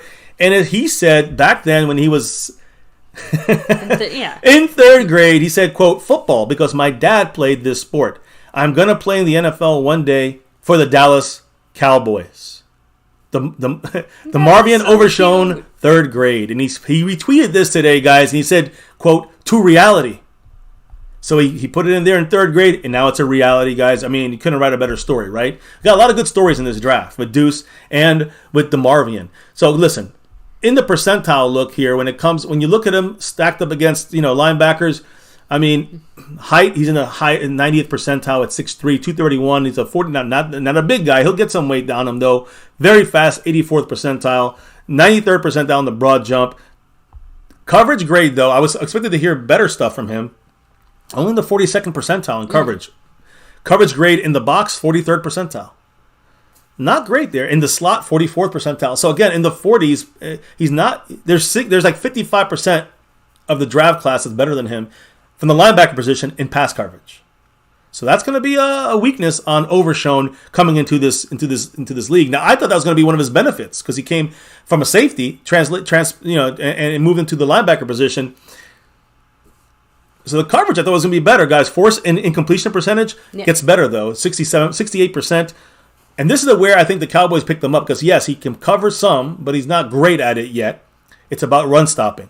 Because the run defensive grade, 64th percentile. The run stop percentage, 75th percentile. The Cowboys got him to play linebacker, to be a little bit, versatile. And he's fast and he's big, but, long, as I say. Not really heavy, but long. He's there to stop the run and to be a J-Ron Curse, Donovan Wilson type guy. And what I mean by this, guys, first of all, he's the first Texas defender drafted by the Cowboys in Jerry Jones' entire life. As owner and general manager of the Cowboys. The last Longhorn selected by the Cowboys linebacker Chris Dooleyman, 307th overall. 307th. They had 307. I forgot they had so many rounds in 1986. Now Overshown said he's going to work first as a weak side linebacker, but then also added, quote, anywhere and everywhere they want me. And Dan Quinn, guys, likes his versatility and likes to use, like we just heard about Luke Schoonmaker, using them in different personnel packages, but going out of the same formation and then seeing something different. That's what Dan Quinn also likes to do and hide and be subversive. So again, Quinn likes versatility. He likes Mm-hmm. versatility to get multiple looks out of packages. So Overshown figures to be a core special team player, obviously, as well. And again, Brian Broaddus actually mentioned that Dallas thinks maybe Overshown could be an edge. Now, he's very small for an edge, but he is very athletic. So you can see him. To me, I thought he was going to be a defensive linebacker back, like going backwards. He's more of a defensive linebacker going forward, kind of reminding me a little bit of Micah. Like this could be a Micah replacement for the linebacker spot. Yeah. But I think a lot of people are jumping the gun saying, like Brian Broaddus, and I usually trust in him. I think it's a little too much to put on his plate to give him being an edge rusher at 242 pounds or whatever it may be. He's incredibly fast as a former safety and has growing football instincts. He's that's why I'm saying going forward, stopping the run defense and a good blitzer, a third down type linebacker that replaces Jabril Cox in my mind. He's got great length and a high ceiling. Now Jabril Cox is a better coverage guy, but right now he hasn't made the field, so I'm not going to put too much into Jabril Cox until he shows me more. Overshown, he might be getting that starting spot there over Jabril Cox, or at least Jabril Cox's spot. He's going to jump him on that list. Now, you got to remember, guys, he's very strong in pursuit when he's playing against the run. He's a big hitter. And again, he knows how to play the pass, defend the pass coverage. He's fast and quick enough to act as a capable quarterback spy as well. Think about him being used against Jalen Hurts. You're going to see which guy's going to be, covering Jalen Hurts. Who's going to be spying Jalen Hurts? At least in college, Agent Zero. DeMarvion Overshown will be a prime candidate to spy a Jalen Hurts type quarterback. And specifically, I'm using him as that. And even a guy like, from the Giants, like Daniel Jones, who we actually had to put, then we had to put Donovan Wilson on him last year as a spy. Now we got. I think we did, yeah. Yeah, Overshown's going to be the spy now, or at least he will eventually be the spy. Or realistically speaking, what will probably be happening is some kind of a rotational situation with each of them maybe taking turns as the spy as the situation. Oh yeah, and that's what Dan Quinn loves. That's what I said. Like trick depending everybody on the situation. Yeah, right? you think it's going to be Donovan Wilson, all of a sudden Overshown comes. Then you think it's going to be Overshown, then Donovan Wilson comes as the spy, and then Hurts or Jones runs right into our spy. That's good. You're going to see a lot of that from Dan Quinn. Trust me on that. So again, this guy here, Overshown's going to come in. Whose snaps is he going to take coming in? We know about Jabril Cox, but how about Anthony Barr? I mean, yeah. Anthony Barr's snaps, where are they at? Like, is that going to Jabril Cox? Unfortunately, no. Barr played an uncomfortable amount of snaps last year when he kind of started off okay, and then as the season went on, he got hurt too. I know, and then Damone Clark really showed out. That's my point. Damone Clark showed out and never really looked back. And Barr was in there a little bit. He had, he had like 40% of the snaps. That's Overshown's, not Mr. Jabril Cox. Mm-hmm. So sorry for those that wanted Cox. They're getting Overshown. As you said, baby, overblown. So anyways, the point here is... Hey, you said it, not me. You guys, you understand what I'm saying? I'm trying to throw it in there. Why? Anthony Barr was a starter. Was he not? I mean, he was a starter last year, right? So just saying, like, you're going to see that usage, again, maybe not right off the bat, impactful at day one, but by middle of the season, Overshown's going to probably be doing a lot of the things I'm talking about right now for this Cowboy team. I'm not talking about college. I'm not talking about him with another team in some fairy tale land. I'm talking about with the Dallas Cowboys. So, again, guys, the question is, for me, I'm going to give you the bad. Is he a reliable tackler? He's going to be quarterback spying. He's got to be able to take down Hurts, take down Jones. He had a missed tackle rate of 12.7%, guys. That's way too high, one of the worst. If there's a defensive coach who can help him become more fundamentally sound, it's cool. Drum roll. Brrr, DQ. Dan Quinn, right? I mean, so he's a long, athletic, off-ball linebacker who has a major tackling issue. So you want to, you got to make sure. I'm hoping Dan Quinn is going to be able to kind of tweak him and get him a little bit better, a solid tackler. I don't know what has to be done, but something's going to, Dan Quinn's going to have to work on that. That's what I'm telling you, give you good, bad, and ugly, how he fits in this team, and the things that he's lacking are things that Dan Quinn's going to be working on. I think he's going to end up being one of those players that, again, you'll see him progress as the season goes on, just because, his quote-unquote problems, like you said, it's relatively straightforward. It's not like we're going to be using him in any kind of, like, different or creative kind of way. It just, and I hate he's to not say coming in there simple and starting day one, right? It's just that, like I said, we know what he is here to do. So, and yes, thankfully he doesn't have to start day one. He can just be one of those rotational guys that's just part of the mix and, stays effective. Yeah, and I think that's... And of course, the number one thing is continues to look better as time goes on. You gotta remember, guys, here's the thing with him. He finds the football in coverage. He's not the best coverage guy, but he's almost always at the ball when in coverage. And he's very good, but not great when it comes to explosiveness and range and coverage. But he does hit. He explodes when he hits you. He's very good in the run game. And again, we can talk about this, guys, because he constantly is a gap filler in the run game. He might not make every tackle, but he fills the gap. He's a run support guy. And he's a little undersized as a linebacker, but he also hits you hard as hell. He's a hard-hitting, undersized linebacker. I hope it don't hurt him. But is he a 3-down player? That's where you start to say, okay, is he a 3-down player for his career? Like, we know he's going to start with the Cowboys as not a 3-down player, but will he be able to ever get there? Will he be able to take over for LVE, let's say? He got to get his tackling down right? Mm-hmm. His strengths, he's a hunt and seek type of, linebacker, spies out the ball carrier from the middle of the field. So he's very good at that. He launches himself to make a tackle. He, again, takes on offensive line blocks very well for a guy undersized, especially inside in the A gap, which we need as much help. You want to make sure we're almost overkilling the inside run stopping on our defense. He makes plays on the ball. He's very aggressive making plays on the ball. He does have some sideline speed, not extremely fast, not the fastest guy out there, but he has definitely enough speed at the linebacker there to keep up with most running backs. Consistently works through a lot of the flack and the trash in his way when he's trying to get through to get to the ball carrier, run stop, for the run game. He flows to the ball easily, reads quarterback's eyes very well, and shows wrap-up tackling ability. But like I said, he has to do better at that and be more consistent about that. Weaknesses, tackling, got to get better. He got to get better coming downfield versus the run.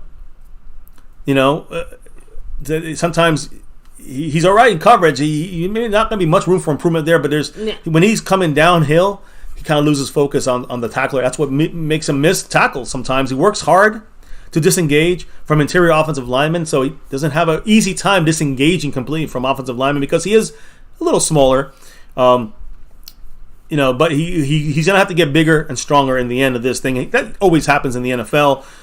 Good at avoiding interior, centers and guards on the offensive line in the run game. But if he gets locked up, it's hard for him to get away because of the size difference. In the NFL, it's going to be worse for him, right? So that's the rundown I have on him, baby. Overshown. Has this changed your views at all? I came at one of the few players where I feel exactly the same way. What do you give it? As I did, I give it an A. Like I said, to me, exactly what we needed, exactly what we're looking for. Once you get to the third round, fourth round, like you understand that there's usually, some to use Jerry's words, a bit of maybe a wart on the player or something. But honestly, sounds extremely manageable, and like Dan Quinn could easily help him improve on his tackle. Like the tackling seems to be like the biggest number one kind of. See, I was high on him. I was high on him. To me, I give it an A. I was higher on him when we drafted him, and even yesterday I was kind of like in the A-B area. I'm still in the B area, but more in the B-C area. Okay. Now, I just need to see more from him.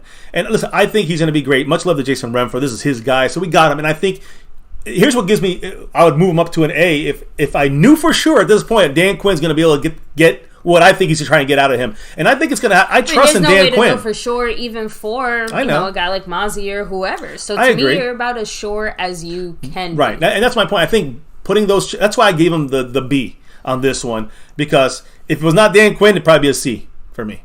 Okay. Dan Quinn makes it a B, and a solid B. Again, I was teetering. I was more on the, I'm excited, but I'm more like, okay, let's see him improve his freaking tackling. You got to improve tackling if you're going to be playing linebacker and run support. If that's what the Cowboys are getting him for, you got to get better at tackling. That's all I'm saying. Get that done, and I think he's going to be fantastic with the Cowboys under Dan Quinn in this scheme. How's that? There you go. So you got me down? Yes. So, we both, so I guess how do we split this then? Well, if I put maybe, A and you put B. You can say, you're going by points, right? So it'll be a 5 and a 3, so this will be a 4 and 4.5, right? Because the first one's a 5, second one's a 3 total. So then... It's all right. We'll talk about it. So then I'll just put a B and split the difference. No, we want to get the actual number. That's what I'm trying to say. So let's just put 4.5. We know what that means. and a B. See, that's we have to average our grades together, baby. I know, but you. Yeah, look, you're making it bigger. Bigger. Like it's not that big of a deal. You can do whatever you want, but I like if you want to be at least specific. Some of these are going to be split. Some are going to be split. So it is what it is. That's why I just wanted to come to a consensus, but. Okay, you want to give it a B? Give him a B. Let's give him a B. It's all right. You wanted 4.5? We put 4.5. We get 4.5. We get MCF gets what he wants today. So Viliami Fehoko. Let me say his name right. Junior Fehoko is his nickname. Junior. So I'm gonna say Junior from now on. But you know I'm talking about. Fehoko there, 129 in the fourth round, first day 3 pick there for us. And just looking at him, guys. We talked about his ability, his where does he match up when it comes to edge rushers, which is where he's listed as horrible. But put him against interior defensive linemen when it comes to the measurables. And now he's in the 79th percentile in height. He's in the 97th percentile in the 40-yard dash and the 20-yard split, 95th percentile. He's also 85th in the 3-cone. I'm just saying these things become a lot better, these numbers, when you put him inside. With the bigger guys now, he has to gain weight. Yeah. But for me, guys, he's a nice, very nice mix. Kind of similar to Luke Schoonmaker. He has a nice mix of power and finesse. Okay. Now, the thing is he has a little more power than finesse. But this is going to aid when he's going to be flexed by Dan Quinn and Mike McCarthy as playing the interior defensive tackle spot. So Fehoko is going to be playing interior. He's better inside as far as athletically. Scouting combine, he's better inside. But also on top of that, guys, it's more about that mix of power and finesse that Dan Quinn's going to utilize with him. That's what we got to talk about how the Cowboys using him. That's the way the Cowboys are going to use him, and he's going to learn from guys whether it's on the outside like Micah and DeMarcus Lawrence, Fowler, Armstrong. He'll learn from those guys. He's going to play some snaps. He's going to take some practice snaps on the edge. Right. But you're going to notice he's going to probably to me, if you watch Fehoko play, you notice that he plays with violence. He plays with anger. He's a glass eater. Another one of these guys this is like MO from McCarthy since last year. And again, he does this every play. He doesn't take a play off when it comes to violence. He chooses violence every play. And that is what carries hard, in a positive way. It's going to push someone like Neville Gallimore off this team. Is that ability to kind of like a Ridgeway pick. This feels like a little bit of Ridgeway kind of pick here, And so he's going to be fitting that bloodthirsty, opportunistic Dallas Cowboy defense. Once he gets better control of his pad level, still gets a little bit bumped out of his stances there, and he'll get better overall consistency. He'll be a real problem, hopefully in the next year or two in our defense. Again, he led San Jose in tackles, San Jose State in tackles for loss, forced fumbles in consecutive seasons, 2 back-to-back, right? And he also had 5 pass breakups, believe it or not. I mean, I think he played cornerback, slot corner a couple times. Shows you how athletic he is for a defensive tackle. But don't overlook the instant competition Fehoko brings to the Cowboys training camp and this entire roster, the edge and the defensive line. So I'm just saying he's going to bring in to me, he takes a guy like Chauncey Golston, all right, and puts the fire, the hot seat on Chauncey Golston. You get a guy like Neville Gallimore. He gets on the hot seat as well. Both these guys are hot seated because of Junior Fehoko, in my opinion. And actually, I was down on him a lot more. It was like a D for me. Now he's a C. I was just about to say, I see what the Cowboys are doing. Himself a little bit more now that we know how he's going to be used. But I can't rate him more than a C until I see him actually do something. Agreed. That's why I'm with you on that. It's still a little disappointing. But he would have been more disappointing in my mind the last 2 days. And now I know what the Cowboys are going to do. He plays with violence. We kind of knew that already. But he's got to get bigger. Got to get more consistent. And under Dan Quinn, he's going to get you those things. I have, like an Overshown, same thing. I have extreme confidence in his ability to work with Dan Quinn and be able to fit the right pieces on this defense for what we need him for. Again, he's not going to start this year. 4th round, you're not going to starters in 4th round. Expectations there. So. Not a starter, but he is going to be a rotational piece in there for some of this season. Hopefully, let's say by the halfway point, if you've seen Fehoko in there for 20% of the snaps, that's pretty damn good. Because we got a lot of guys in this thing that could be run, they're going to be, taking up snaps and taking up, a lot of the snap counts for each game here. That like I said, either at edge or inside. Now, who's going to make the team is the question. Will Chauncey Golston, inside-outside guy, just like Fehoko, make the team? How about Neville Gallimore? So again, we'll have to wait and see on that. So we both gave it a C, baby. So we both right there agree. Any comments in the chat about this pick here? Any thoughts about it? Like about any A, B, C. What do you guys grade Fehoko? A quick rundown here. I don't know if anybody gives any grade. I'll go to the next player, but C's across the board, right? Oh, you're eating. I'm sorry, I didn't realize you're eating, my love. I'm talking. I'm like, why is she answering me? Oh, Snickers. It reminds me of the commercial. It reminds me of the commercial when you don't. I know, but I'm not my day, guys. Not my day. Yeah. Sorry, but my back is killing me. And I'm trying really hard to get through this, and I'm freezing. Funny, it's hot in here. You see what I mean, guys? Yeah, it's 71. It's hot in here. Because I'm talking about the Dallas Cowboys. I can't help it, baby. So, DeLunatic said, 2 words that have been consistent in the draft since Big Mike has been hired.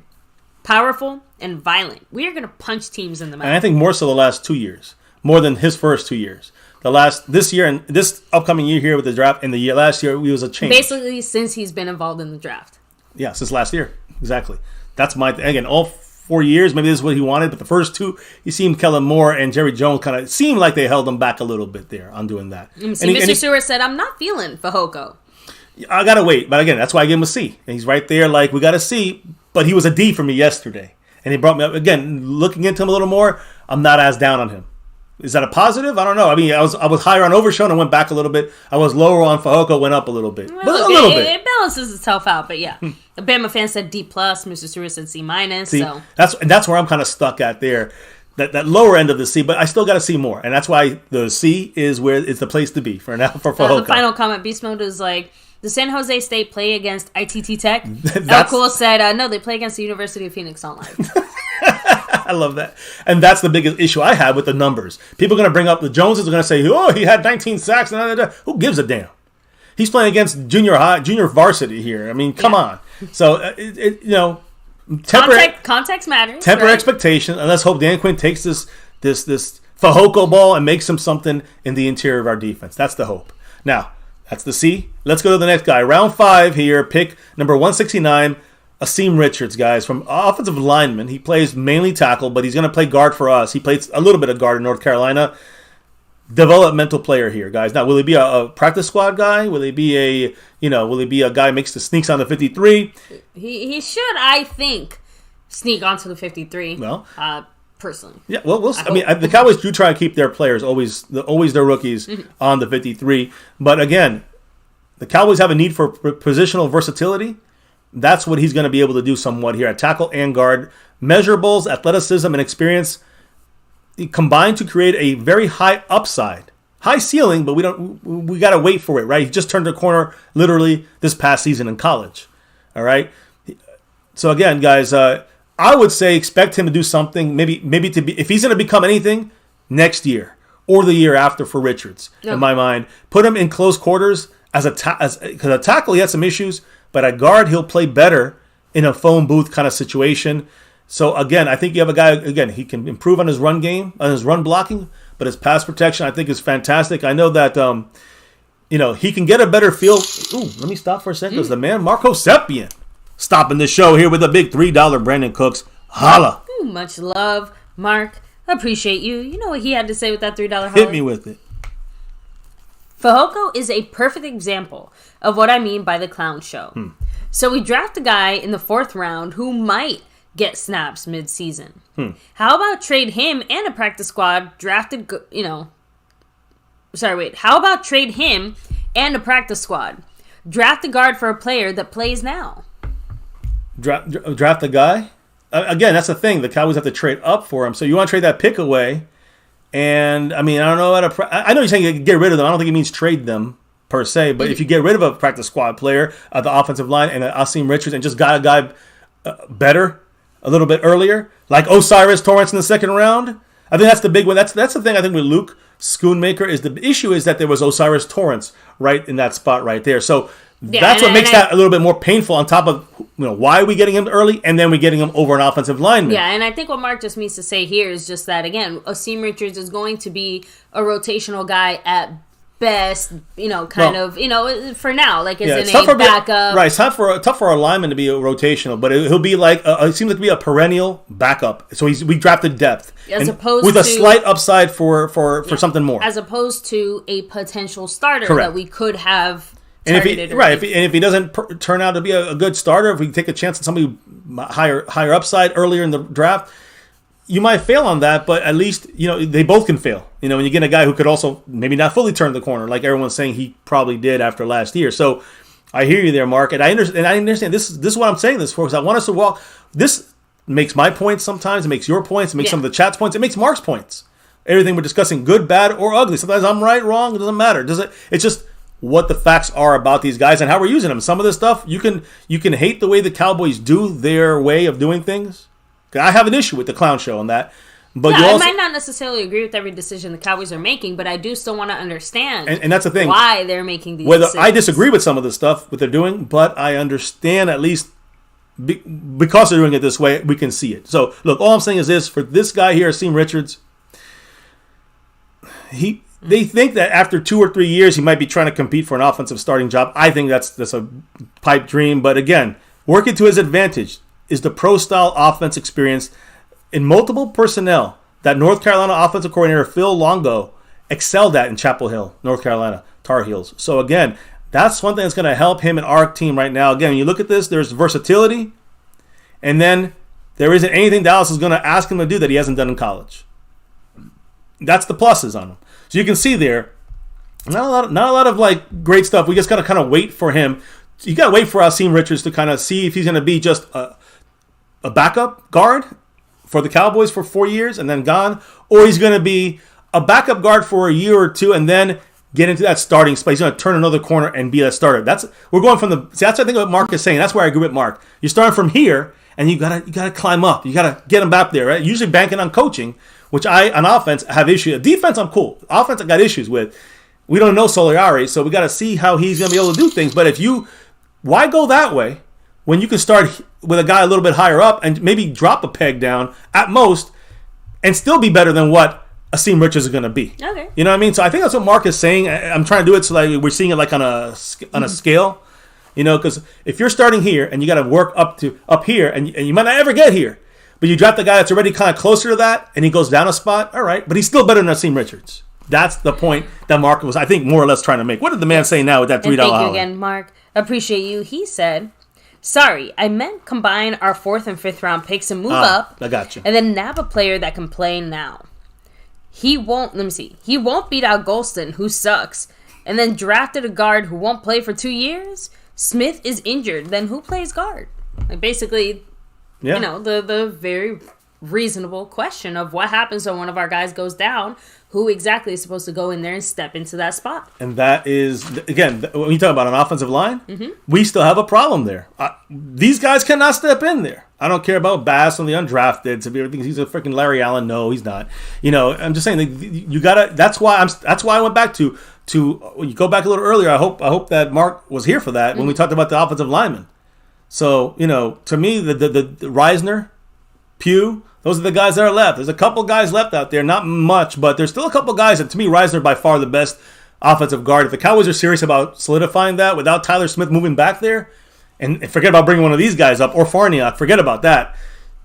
Because now you're going from Williams to McGovern to Farniok? Are you freaking Farniok kidding me? So you got to, you can't go Asim Richards in there. So I think Tyler Smith's going to move there for this year, but Asim and the rest of the guys are going to be fighting for that interior spot there. You're starting from here, though. Mark's saying trade that 4th and 5th and start from here for your offensive lineman, which we want. We want to solidify that. So and that's why I'm saying, baby, on this pick, on this draft, when it comes to Fehoko, I mean, we talked about him with the C, but now we're talking about Asim Richards. What do you give this? I had a higher grade than I'm going to give. I have to give him a C again, just because of the circumstances surrounding him. I see what the Cowboys are trying to do here. I don't necessarily agree with all of it, but I do think the potential is there. The only thing is, kind of like what Mark is saying. I can't grade it higher than that because it doesn't seem like he's going to end up starting. And it seems like this year he will be relegated to a I say rotational. Yeah, it's not rotational. Not really rotational. A backup role. is really the Depth. better Exactly what Mark for said. it. If he makes a 53, like he's going to have to fight to make the 53. So that alone already just makes me a little bit disappointed. Like, I feel like I would probably rate this a little lower if it wasn't for, a few of those other kind of really good measurable factors. And honestly, the high ceiling. And the power part bothers me the least just because, again, all he has to do is, bulk up, work out. Like, that to me is just the natural transition from... And every guy gets bigger in the NFL. College to NFL. Every guy's going to get bigger in the NFL. So he'll get bigger, I expect stronger. His power to get there. Yeah. And same thing with Fehoko. Both guys I can't give him more than a C. I don't know where your mind is at, baby. I definitely had him ranked much lower yesterday. I had given him a low B, high C initially. And I got to say, I'm at a D+. A D. So give him the big D right there, baby. For me, you give him a C. Look, with a 2.5, so I'm just saying, like, that's where we're at with him. I think he's a C minus D plus. Right. I think you'd put. I don't know if you'd put him there, but that's so it seems like it would fit. What is the chat thinking about Asim Richards? Let me see here. Mr. Stewart says C plus because of versatility. He's played all along the O line. That is true. That is a good point. I want to give him a C, but I had him at a C, but I just think the Cowboys are not going to see him play at all. Until 2 years from now. Said B for him also. Let Duke Manyweather get his hands on him and improve his game. Okay, well, that's another big asterisk. And I agree that Duke Manyweather makes these undrafted guys like Terrence Steele and other guys, even the good guys, the top notch Hall of Famers like Tyron Smith and Zach, they go to him. They get helped out by him. So I agree that could help him. But is that gonna? Do we want to need Duke Manyweather to help all our guys to make him a good backup? You know what I'm saying? Like, he's gonna make him a starter. Do we have a starter here? That's my issue. I don't think we have a starter here. What did my man Mark Hosepian have to say with that $3 holler? Thank you, Mark. Appreciate you. He said, see what lack of Puna does? Puna fills a need. It's a trickle-down effect. We would have gotten a third or fourth from Kansas City. Naba starter in the first round, Osiris in the second round, move up and get a quality player to contribute now while we're also so close. Mark and I would run this front office similarly. But the Joneses don't agree with us.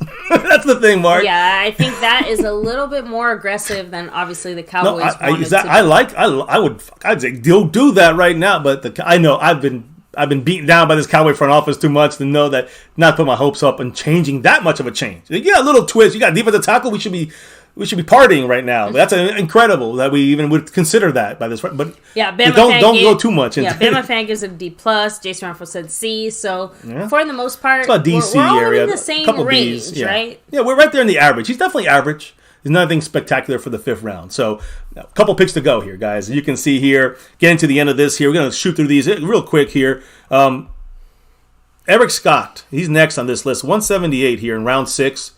Cornerback from Southern Mississippi, 6'1", 204. Remember, he's the one with the videotape and sending the video and all that stuff. He's lengthy. He has long range. In his, he's a long guy. He's a big body. He has a lot of range when he plays. He fits the prototype of what Dan Quinn loves at that cornerback position, guys. Not at slot, but as boundary outside cornerbacks. Again, slot, they're going to be a little smaller here and there, but outside boundary guys, they got to meet a certain requirement for Dan Quinn. And Eric Scott meets that. Now, we traded up for him, which hurts this. To me, this hurts the pick a little bit because now we're giving up next year's pick. I know we're getting the comp pick to replace it, but to me, this gives me the Nashawn Wright mindset again. Like the Nashawn Wright in the 6th round, which makes more sense than the 3rd round. So, again, to me, when you look at what he gives up, again, he's not the fastest guy either. Dan Quinn loves speed, but he's not the fastest cornerback. He's got the right body size and stuff, but he's not the fastest guy. But he has a near 40-inch vertical jump, and he has unbelievable athletic ability. Dan Quinn loves this. So, again, make no mistake about it, guys. According to Dan Quinn, the front office this is an upside pick. Has a lot of upside. For the Cowboys, should not be expected, though, to step in to compete for a role on the top of the cornerback depth chart. I mean, come on. Trayvon Diggs, Stephon Gilmore, Deron Bland, Jordan Lewis. He ain't seen the light of day here. Another pick makes you go, Now, I know he might be replacing Nashawn Wright or Kelvin Joseph, but we're talking about the 5th and 6th guys on our cornerback list. Exactly. We drafted a 6th guy at cornerback, and we traded up for him. He's a late bloomer. We know this. He's raw, like Nashawn Wright was. But Dan Quinn, and this is not a Mike McCarthy pick, a Jerry Jones pick. This is not a clown show pick. You can blame the clown show for it. This is not a Will McClay pick. Yeah. This is a Dan Quinn pick. And I have an issue with this pick. Dan Quinn's great. He's 98% of the time right. This is one of the 2%, in my opinion. Quinn is banking on himself and on this guy into developing into something meaningful, like we did with Nashawn Wright, and he hasn't done that. And I will say again, I've said this before, we had to do a great job getting our 6th round corners and safeties starting. Anthony Brown, Donovan Wilson, who was the other guy? Jesus, Xavier Woods. These are 6th round or 7th round cornerbacks, cornerbacks or safeties that have started for the Cowboys. We have the most starting 6th and 7th round cornerbacks. I don't know if that's good or bad, since 2016. So him making this team and maybe having an impact I'll give you that. I guess he could make some kind of a minimal impact. But listen, I don't want it to be the negative impact, because to me, that scares me. I want him to end up on the better side of that list, right? But, I mean, this is my least favorite pick of this draft, bar none. I know it's a deeper pick. I know it's not necessarily all that important, but to me, just encapsulates the kind of weird, what the heck are they doing type of feeling. To me, this is an F. Yeah. I'm giving it. I hate to say that. I hate to say that. It's not about. I don't listen. I hate to say things like I want Eric Scott. He's a Cowboy. The Cowboys could have made a move for literally anybody at any spot. Okay, they chose to make a move here. Okay, fine. But this is the move you make, and that's what I'm having a very hard time getting my head around, because no one had this guy on their radar. You could have easily had him be your 7th round pick, and it would have been the same thing. I would say one thing: the Cowboys must have known someone was going to grab him. They usually do. I would very much like to know who, because this one to me does feel a little bit more like a reach, like a true reach. And the reach is the roll reaches.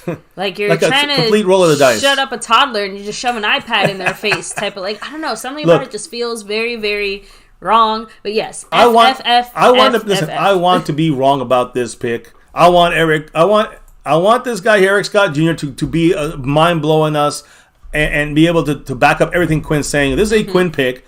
I'm not getting mad at Quinn for rolling the dice and taking a chance. He has the 3rd longest arms of cornerbacks in the draft. Yes, behind Joey Porter and I forgot who else. But yeah, exactly. No, I'm saying he's got the measurables that Dan Quinn loves, but the trade up for this guy, and again, you talked about Mark talking about trading up. Yeah, we like trading up, but not for depending on what you're giving up and who you're picking. I don't mind what we gave up to move up for a player. It's just more about the player. Do we need him to be our 5th or 6th cornerback? And remember, even if Jordan Lewis gets cut, he's not going to the slot. He's an outside corner, not a slot corner. DeRon Bland can do a little bit of both. But I'm just saying right now, Jordan Lewis only inside, and Scott here, Eric Scott Jr. is only outside, like Trayvon Diggs and like Stephon Gilmore. So I'm just letting you guys know. By the way, I think you got to check, because apparently the Cash App bell has been ringing. Has it? Oh, shoot. But nobody has answered it. I am so sorry to everybody who's ringing the bell. Let me check it out, and I'll ring the bell back. I mean, we're on the same page here. We're giving him a... Yeah, unfortunately. And it's not even about him. It's about the Cowboys' decision to get him is my issue. It's not anything again. I wouldn't mind him as undrafted, assuming he would have made it, right? So, again, I think that's the thing. I would have given him a D at least, But the fact that it was a trade up... If we had just drafted him the normal way, I guess I could see the upside for Dan Quinn. The fact that we jumped up to get him, and not jumped up, we give away next year's end of the 5th round pick. End of the 5th round pick, which we'll get a comp pick to supplant that. But in the end, you're still losing a pick. For who? For Eric Scott Jr. That's my issue. That's why it's an F. No offense to him. I want him to dominate, but I'm not going to say to sugarcoat a move that the Cowboys made that is wrong. Or at least initially wrong right now. I think everybody says it's wrong. So anyways, much love to the man right here above me, Jason Revel, trying to solidify the crown and the overall board right now for him. That's right. Thank you, Jason. He dropped a $5 holler saying, if Cowboys draft the way that we want, won't do as well. Great point, actually, Jason Renfro. I'm not saying that that's a great point, because they're drafting a certain way to fit their team, to replace their players with this mindset of, drafting the quantity over quality. And Jason Renfro's right. If we drafted the guys that we wanted, it might have been a hole. It doesn't fit their schemes. It doesn't fit the rest of the coaching tendencies or whatever it may be, and it doesn't fit the other players on the team, whatever it may be. Whatever we might have players that can do this, some of the guys that we wanted on that field. Still, I know it's being harsh with some of these grades, but I got to give you my feelings. Now, listen, this is all BS in the end because we got to wait till they do what they do on the field, right? When they hit the field, I gave DeRon Bland a great grade last year, but nobody knew until he hit the field. I said he has C or a B, whatever it is, but he had to still show more, and that's what we're going to see from these guys. Some of these guys got to prove it. Some of these guys come in and going to make an impact. So we'll see. Now, Jason Renfro, another $5 on it, another $5. Jason, thank you. He said we drafted more of a depth pick. We drafted more depth picks for the draft, and that's the thing. I think it's hard to get impact starters after day 2, 4th, 5th, 6th, 7th rounds. You're gonna get just complementary depth players that can maybe surprise. So I understand that it's more about the first 3, right? And I think the second round and third round are the ones that have the biggest question marks. I know Jason's Overshown is his guy there, but I think that's the issue. I think that people have a problem with the second day of picks. And again, much love. Another 5 on it. Another one for Jason Renfro. Another $5 holler. He said, more love and Cash App and go Cowboys. Thank you, Jason, of course. I appreciate you. Much Always love. Go Cowboys. As he's taking control of this thing right now.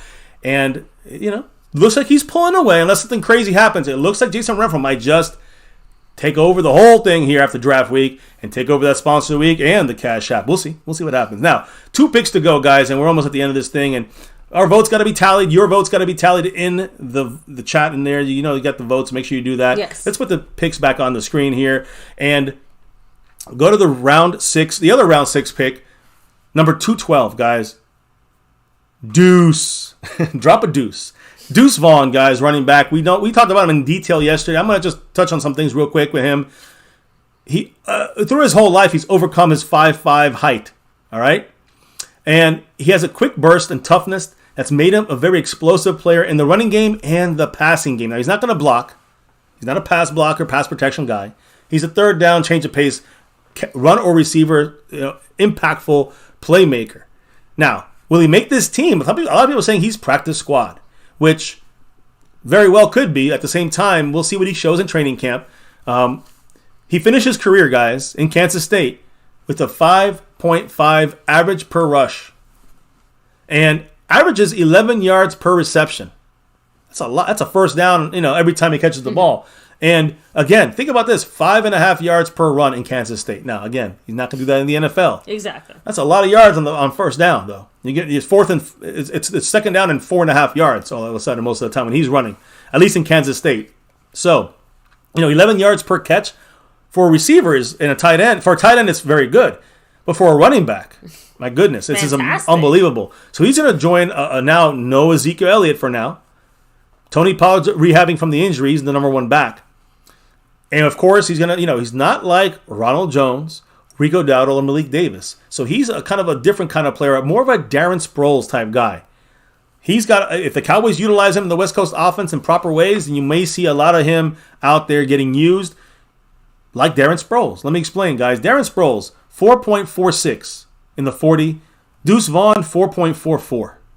Short shuttle for Darren Sproles, which again, quick little cuts and stuff like this. Short shuttle 3.96 for him, 4.22 for Deuce Vaughn, 23 bench reps for the bench press. For Darren Sproles, 23-17 for Vaughn, 33-inch vertical for Sproles, 35-inch vertical for Deuce Vaughn, and Darren Sproles had a 10.5-inch broad jump. Deuce Vaughn 11 feet. 6-inch broad jump. I can't even believe a little 5'5" guy jumping double his height.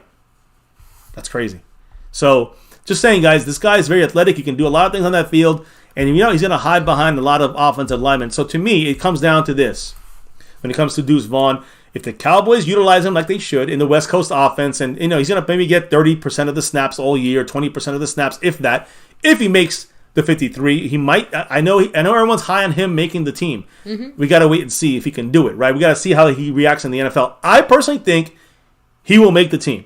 He will make the 53. I personally think we will utilize him like we should have utilized Kevontae Turpin last year in the offense, where it was mishandled by Kellen Moore. So I believe with Mike McCarthy running the show in West Coast 30-35% switch, Deuce Vaughn becomes a weapon, and another piece on this offense. Not all the time, not consistently every game, getting unbelievable. No, but he'll get the ball in his hands 4, 5, 6 times starting off in the beginning of the year. I think they'll be finding a way to get the ball in Deuce Vaughn's hands.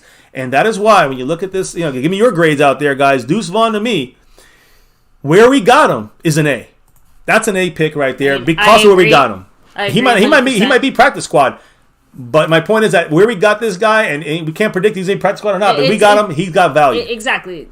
We still took a chance, and I think, like you said, we took it at the appropriate time. Yes. Which is, really the cherry on top. But I actually do think that we'll be able to, like you said, find a way to get him to be productive, do something for us. So in get the ball in his side hands, of things, I'm run, less pass, worried. whatever. Yeah, you run or pass, get the ball in his hands. You get the ball in his hands, that's what I'm worried about.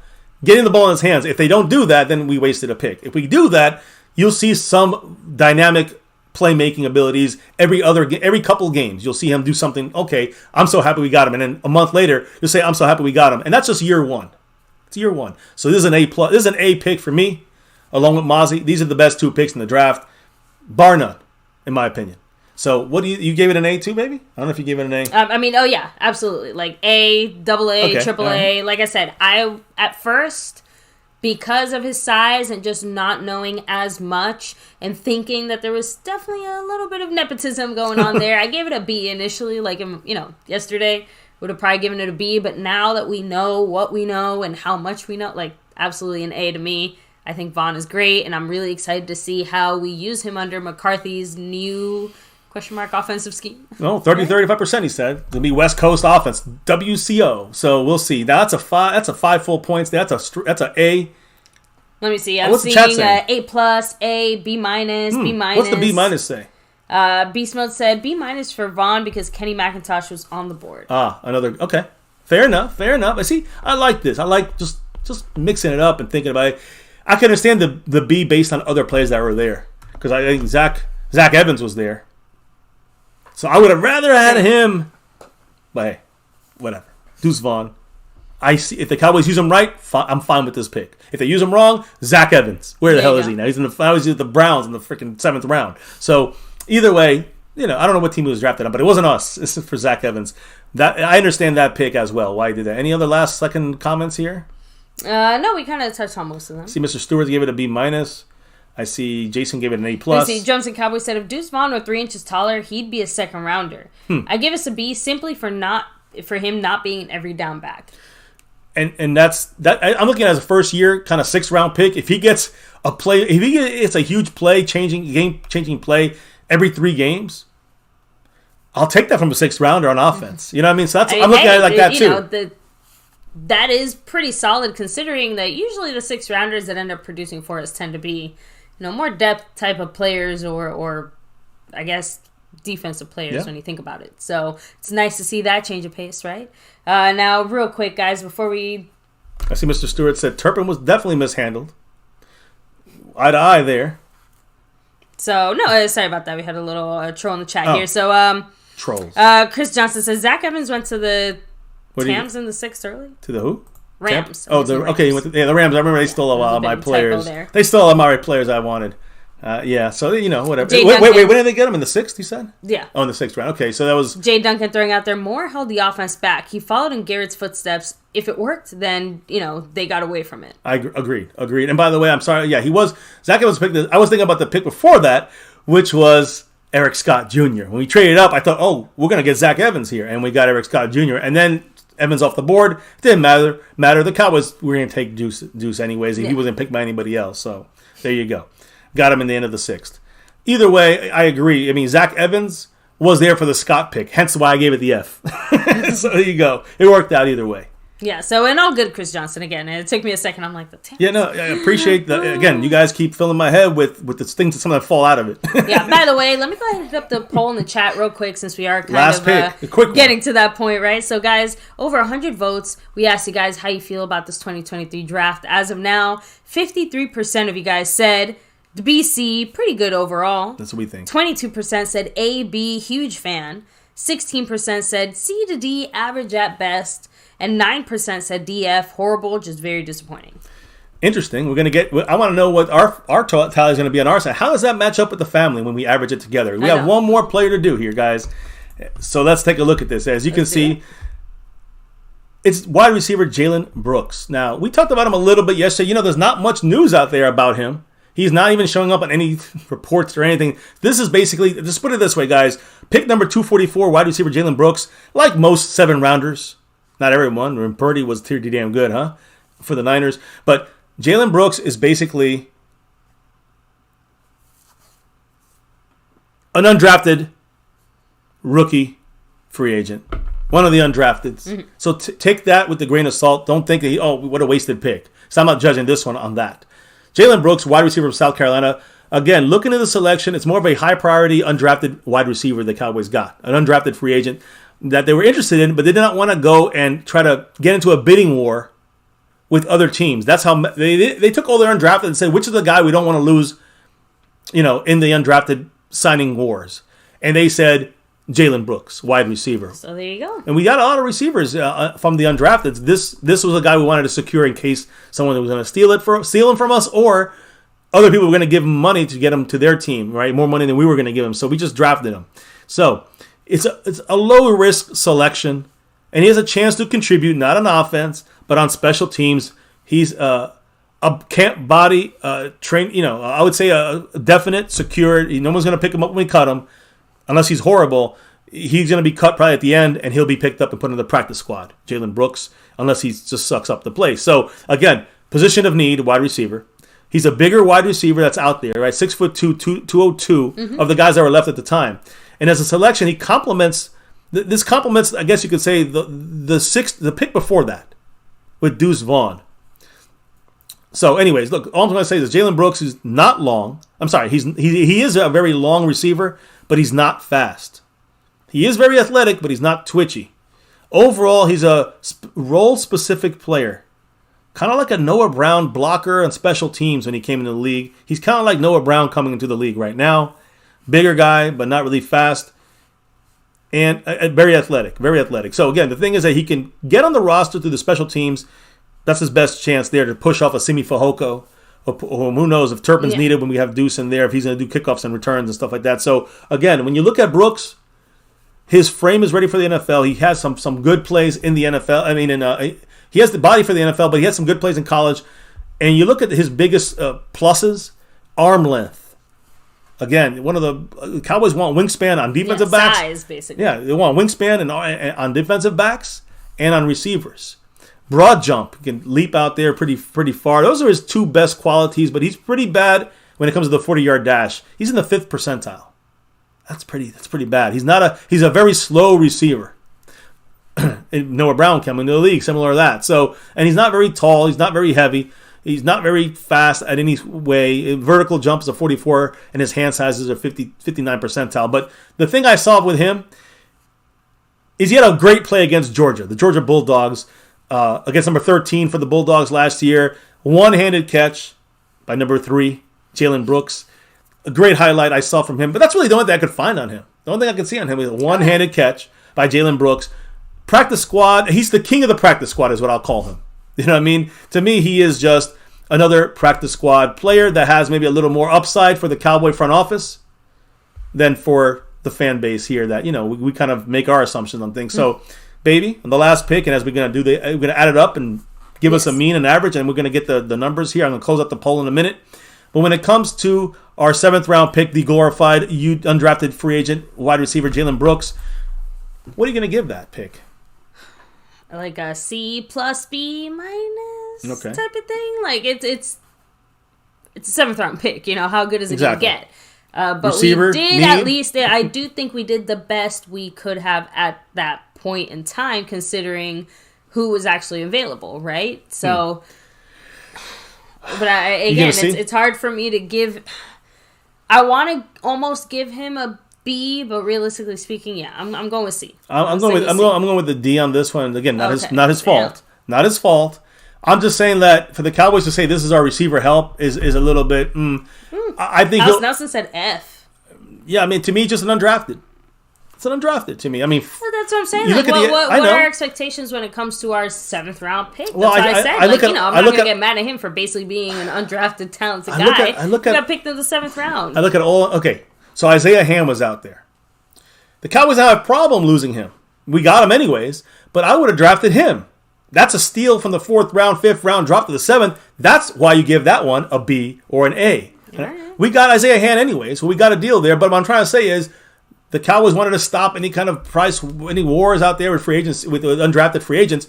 So they went for this guy. So I give this one a D, not an F. It's not his fault. It's more about, why don't you get a guy who's dropping? I know we got these guys, some of these guys are undrafteds, but why go with the guy who is just a bench warmer, a Noah Brown for the future? Like, we hope he's Noah Brown in 3 years. I don't want that. Well, we will go ahead and split the difference there. I went ahead and marked him with a D.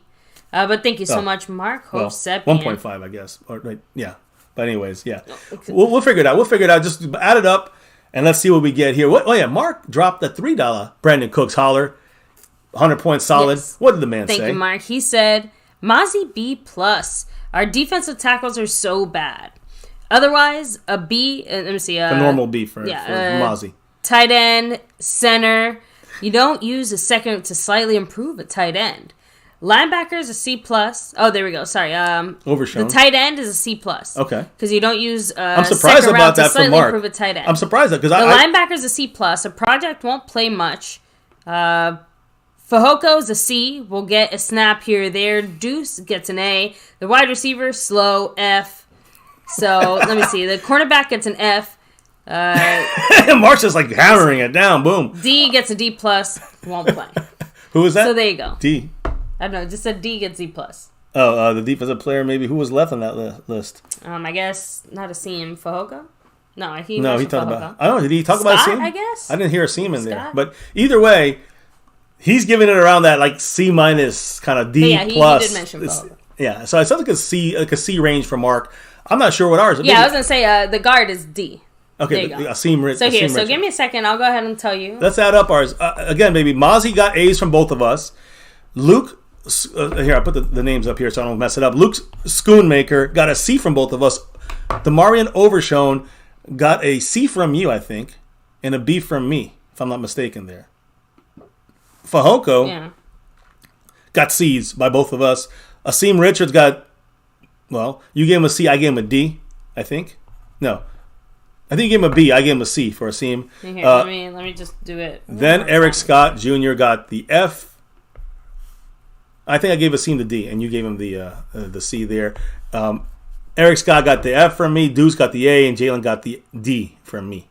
And you gave him the B, or you gave him a C there. Here you go. Vaughn got the A's from both of us. Yeah. And Scott got F's. He got the big F there. He got the worst. Again, that was more about the moving up by Dan Quinn. Make that move. Man, so we ended up giving them a D. A D. That's How'd you figure that? Oh. Well, it's easy enough. Like I said, you average it out. So we have 1, 2, 3. So we have 8 picks total. If we're using a scale from A to F, with A getting 5 points and F getting just 1 point, you know what I mean? Mm-hmm. Okay. You go ahead, add up the point totals that we gave them, average it out, comes out to 65%. So that's a bit lackluster. I'm assuming Scott is pulling down that average quite a bit. I can tell you that right now. Well, I just want to see something here because I think that's like a solid F there.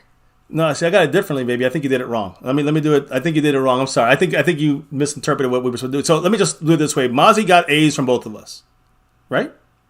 Yeah. Okay, I'm just saying this. Look, Luke got a C from both of us. Overshown got a B and a C, I think, right, on that one? Or did you give him an A? I forgot. You made me put a 4.5. I don't know what that means now. Right, so I'll give him a 4.5, like it was supposed to be. A C for Fehoko across the board from both of us. Asim got a 2.5. He got split there. Yeah. An F, an A, and a D. 26 points divided by 8 players, 3.25. That would equal a little bit lower than the 3.5 would be a C right in the middle. So we are a little bit on the C minus side. But again, I'm going to say a C on this one. We're about a C minus for this draft as of this moment here between myself and the wife. Okay. And It's 65. You don't want to do percentages with this because it's different. So again, the 3.25 is I say 3. It's a C to C minus is what we gave this thing between the wife and I. What did you guys give it? I'm gonna shut it down here. Now I gave it a higher C, I guess you could say, or a lower B. That's where I actually gave it individually. Now we broke each player down. It was actually a little lower than expected.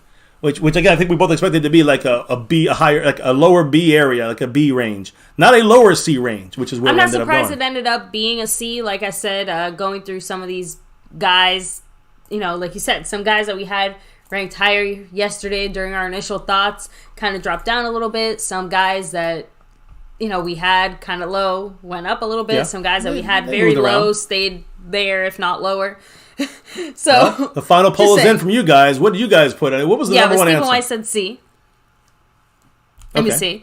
But this entire draft, we have the poll is now closed. Yeah. No. Sorry. I was just giving people's. I know. Ranking all I know that. I'm just saying that. I'm just trying to say that I wanted to close. I don't want to miss the poll closing because I know that we got to get to bed here soon. I know. So I'm just saying, like we have our side of things, which is about.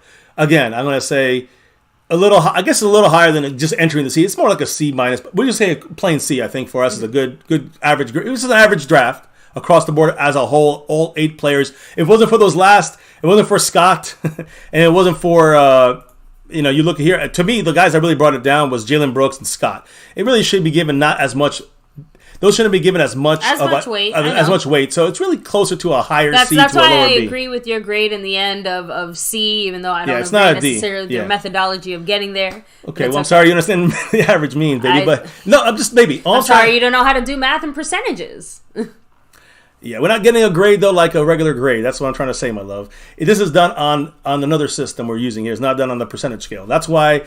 I wish. Well, okay. I'll talk about. We were going to discuss it. We never got a chance to discuss it, and now this is what happens on stream. But yeah, this is the way I did it. Is the right way. That's what we've done the last 2 years. So that's just So that's why we're going to do it. There's no way you add up that stuff. We gave this draft a D, and you know that. So, anyways, my point is that's actually exactly how we did it before. It's not, baby, but it's okay. I forgive you. Either way, the chat. What was their final comments about this, baby? Let me see. Well, Frame Ripper said, I agree with MCW and her grading system of D. Yeah, Mr. Stewart said C is unacceptable.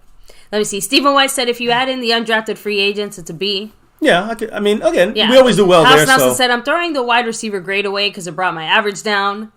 So, yeah, let me see. Christian, he said, I honestly think the poll was accurate and fair with only 2, maybe 3 guys there actually having an impact. And I think that's what an impact, at least 2, we can say, Deuce and Mazi.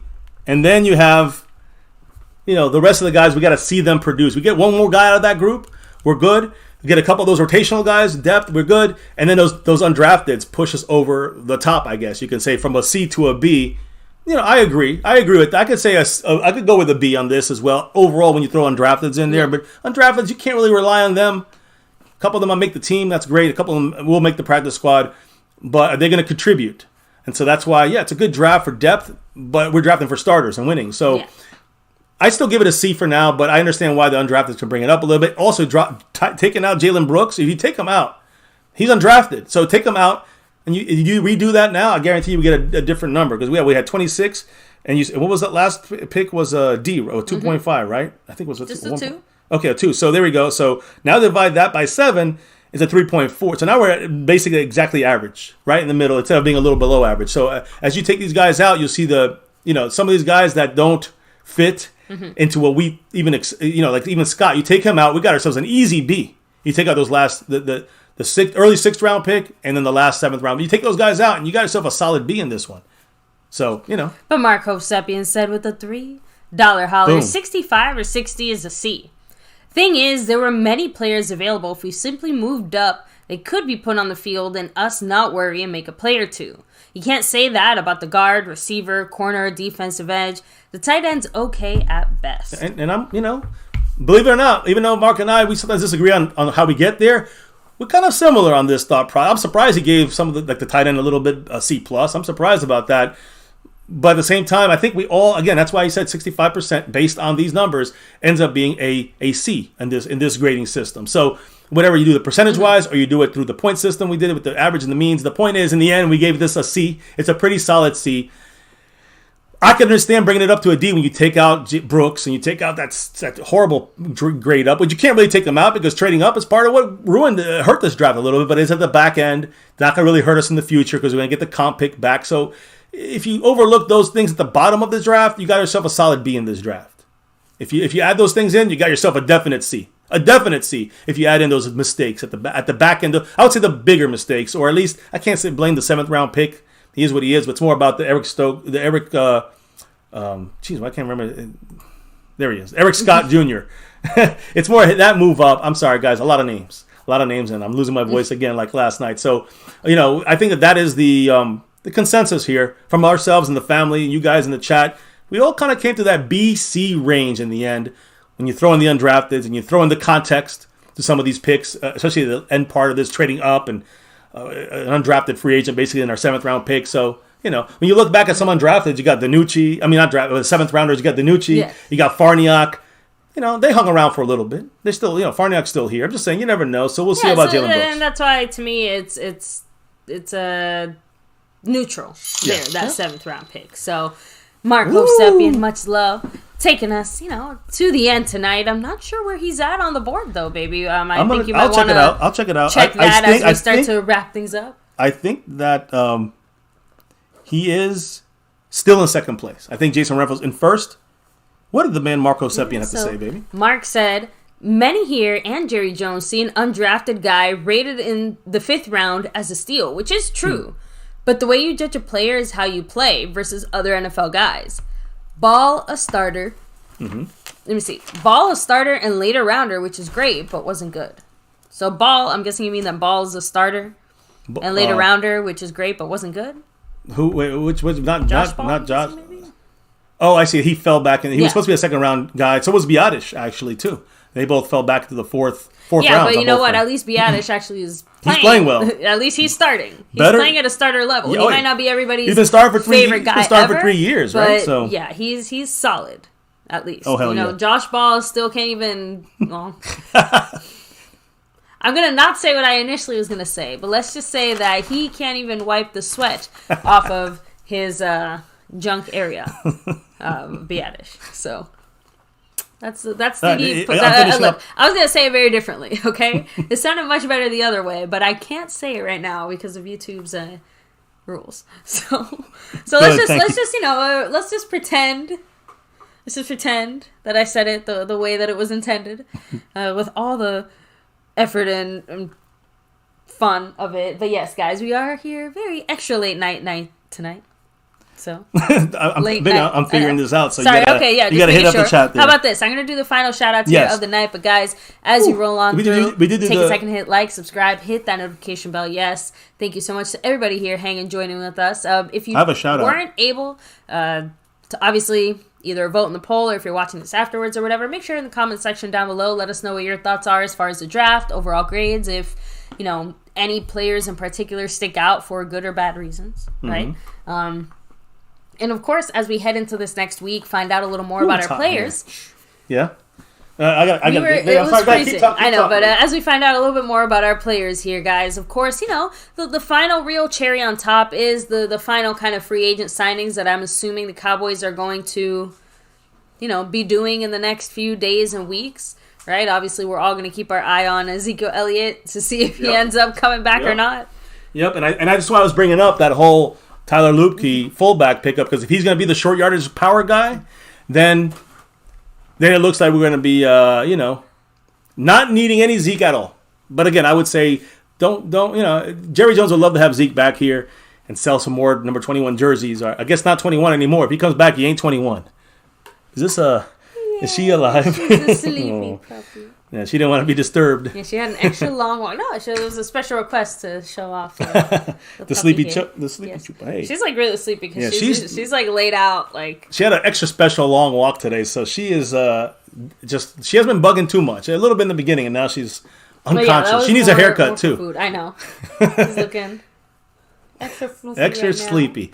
So Did we read the Yeah, I need to do the final shout out. No. Did we read the actual percentages by the family? I don't remember going through that. Oh, we did. Okay. I mean, I'll do it again when I get back to it as I do the shout outs. But Jason Renfro, Marco Seppian, much love, Cowboy Mosh, House Nelson in the house. As far as supplemental draft and all of that, I think that happens in the next few days, right? I think next month or something. It happens in a month or so. Okay. It happens in a little bit of time from now. By the way, I wanted to say, because I was figuring it out, Marco Seppian right now at this point is 18 back on Jason Renfro. There you go. For the overall board. And of course, on the Cash App side, Jason Renfro's got that almost locked down. You know why I say that, baby? Why? Because we did get another drop here, the buzzer. I didn't want to miss it. And who was it? Was it you? I'll shout him out right now here for us all, because he dropped another. Oh, I just messed it up, man. Damn. Give me a second. Hey, that's the fun of live streams, right, guys? So here, I'll keep going with the shout outs. I got it. Just take me a second. There it is. Okay. Guys, I'm shouting out the guy who dropped a $20 Tony Pollard Cash App holler at the buzzer here. None other than Mr. Stewart. Thank you, Mr. Stewart. Once again. Much and love. Mr. Stewart just jumped, Mr. Skeptical Fan here, on our leaderboard here at, close to the buzzer. Again, this will be the end of the week. It resets next week. I guess tomorrow or we'll probably go live Tuesday, right? I think we're going live Tuesday. We got to take tomorrow off, but yeah, we will be crowning the champion here at the end of this stream here together. Let's put it that way. So yes, Mr. Stewart, appreciate you. I got him right here. He's just jumped. Actually, he jumped over. Yeah, he jumped over everyone, I think here. Justin Quarles, he jumped, and Dub, and Skeptical. I think so. Let me see here. Let me just make sure. Yeah, man, that's what a jump there. Mr. Stewart goes into third place as we get to the buzzer here at the end of this week. Wrapping this up for the week, for the draft. And of course, we'll be talking a lot more about this throughout the upcoming weeks and beyond. So, looking forward to our discussions, guys. I cannot wait to continue this draft and into, who else do we pick up free agent-wise from here? I'm looking forward to all of this, in the upcoming days. Let's put it that way. Yes. Now, he only comment Mr. Stewart had was, "Yeah, Cowboys." He also sent a chat. Peace and blessings, all. Appreciate it. Yes, guys. Thank again, you. Seriously, everybody have a great night. Let me keep going with some of the Yes. shout outs here, Did you right? mention- Kenneth did- Lott, did- Drums and Cowboys. Did you mention Jason Renfro? By the way, Jason, much love. Jason Renfro. Oh, I'm sorry. There he goes. Jason Renfro dropping the $5 holler, saying, "If it wasn't for other teams altering the draft." You know what I'm saying? Some teams are going to make little jumps. Basically, like, we were forced to default to a lot of our second, third choices. Correct, because a lot of teams ended up picking And our first choice. And that's why spots. Mark said, go and get your guy. I can't deny that. And not every time, but sometimes you got to go and get the guy. And they went and got Eric Scott Jr. That's their guy. That was Jason their guy. Renfro also dropped another 5 on it. On top of that, he's like, now he's 28 in front of Mr. Marco Seppian. With that 5 on it, he said we would have done a lot better in the draft. Meaning if these other teams didn't steal our guys close to where we were picking. But that's why you got to use the Mark. When you're in doubt, use the Marco Seppian mindset. Don't overkill it. But sometimes you got to make a jump to get the guy you want. Unfortunately for us, and again, I love Dan Quinn, but it was a Dan Quinn pick, and that's Eric Scott Jr., which to me, we have to wait and see if that's going to produce Quinn anything. We trust. We got to keep it that way, right? If we're gonna do it all way, we got to keep it that way. I just really hope he doesn't end up being another Nashawn Wright-esque pick. And that would bother me. But again, I'm gonna go with this. I'm gonna just expect that. Expect Nashawn Wright, and hopefully be pleasantly surprised. Yeah, Christian E. I'm also very much looking forward to some special teams juice there with our future for kicker, sure, right? for sure. So Jason Renfro's gonna take the whole thing down. Cash App, Crown, and the overall board. Much love to Jason Renfro. So go ahead, baby. Get the shout outs. It does feel a little Truman Show-esque every once in a while. It does, right? D's Percussion and Gig Life. Much love to you. We have Stephen White in the house. Yeah. Kenneth Lott. Much love. Cowboys Mosh. The Mosh Man. Guys, make sure to check go. Check him out. Show him some love. You might see me play a little poker or talk a little crap over there. We'll see. Let me see. Charles Brown in the house. Of course, the man. Frame Rippers, a.k.a. Voodoo Alpha. Much love. Voodoo. Thank you. Let me see. We have Mr. Stewart, of course. On the back, Chappelle Hannon in the house. Marco Seppian, you already know. Boom. Sponsor of the week. Paul Third. 100 points in the stream, boss. The Lunatic, much love. Beast Mode. Burn Bar representing here. So, and I think that's everyone here so far tonight, baby. So on that note, guys, you guys voted. I think you said you were going to go over it one more time. Just yeah. Let me go over the poll. 53%, I think it was, right? So overall, 53% of you guys think our draft was a B, C, pretty good overall rating. And if you look at where we drafted it, I want to say our side of things, we gave it a C, but with undrafted and a couple of the context stuff, it goes up to a B. Look, the point is that it actually matched up with what we put there, B, C, just because C can include lots of ranges, right? The lower end to the higher end. And if the way how you look at it, it's going to be a B, a C at the bottom. At the worst, it's a C. 21% said A, B, huge fan. A lot of people loved it. 17% said C, D, average at best, and 8% said DF, horrible, just very disappointing. I'm actually surprised there wasn't more hating to this one. I'm actually surprised there wasn't more hate to this because I think we were kind of negative overall. I felt negative on this one today. I'm not surprised because remember, BC to me, like I said, that includes a big range between, all right, not bad, to pretty average. Yeah, and I think that a lot of it is just that there's like half the picks people really, really like, really love, are big fans of, and the other half are big question marks. And so what happens when you have a lot of A's and a lot of possible F's, it kind of splits up to be like about a B or C, give or take a little bit here or there. So with that said, though, baby. And it's funny, I was going to say that if you take the first 2 days only, Mazi Smith, Luke Schoonmaker, and Overshown, DeMarvion Overshown. You take those 3 guys and you take our grades, 4.16. I'm just saying, like that's already a higher B. You're seeing yourself cracking. Again, that's just day 1 and 2 combined. So I'm just saying, like you look at day 3, it brought us down a whole grade. So again, context matters here. So I think a BC is perfect. You guys called it. That was our initial thoughts. It matched up per player. We broke it down, put it together, percentage it up, meaned it up, whatever you want to talk. And we got the My Cowboys Family draft consensus here, a BC for our Dallas Cowboys in this draft. And again, I don't think it's going to be much lower than a C, but I think it could be higher than a B if things go right, like last year, right? So we'll see. Baby, that's it. I think that's a wrap here on My Cowboys Family.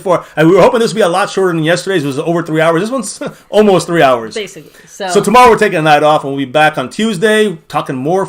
You guys, we're almost live almost every single night. So don't forget to not only hit like for this stream right now, but hit subscribe and keep growing the family here on MCF. Yes, on the hit channel. that notification bell so you never miss one of our live streams. All and of videos. Course, you can hop into our Discord. The link's down below. Follow us on all social media at MyCowboysFamily. We always post there before we go live. Yep, and kicking off a new week on Tuesday with the new winners, or I say winner. Of course, Marco Sepian keeps that stream boss for he's 2.5 months. We never had that happen. He also sponsored a week that he passes that on to Jason Renfro. Much love to Jason Renfro. Now our sponsor of the week, starting tomorrow, let's say. And Trent M., the Cash App King, has that crown, passes it over, only from Australia, throws it across the earth, all the way to Jason Renfro's hands, as he takes over as the Cash App King tomorrow. Much love to Jason Renfro. Much love to Marco Sepian. Much love to everybody in the house tonight who dropped the love from above. Let me shout you out. Jason Renfro, Dub, Marco Sepian, Skeptical Fan, Brandon James Shea, Mr. Stewart. I don't know if I missed anybody else. I think that was pretty much everyone. If I missed anyone, I'll shout you out next time. Thank you all. Truly, all the YouTube stuff going on. We're just hanging in there. You guys are keeping us going, so appreciate your guys' love, support, and thoughts in the chat. Your comments in the chat. That's what we need here. MCF Experience is the back and forth. Hopefully, sooner or later, we'll get the membership back and the super chats, and we can have emojis and all the fun we had before.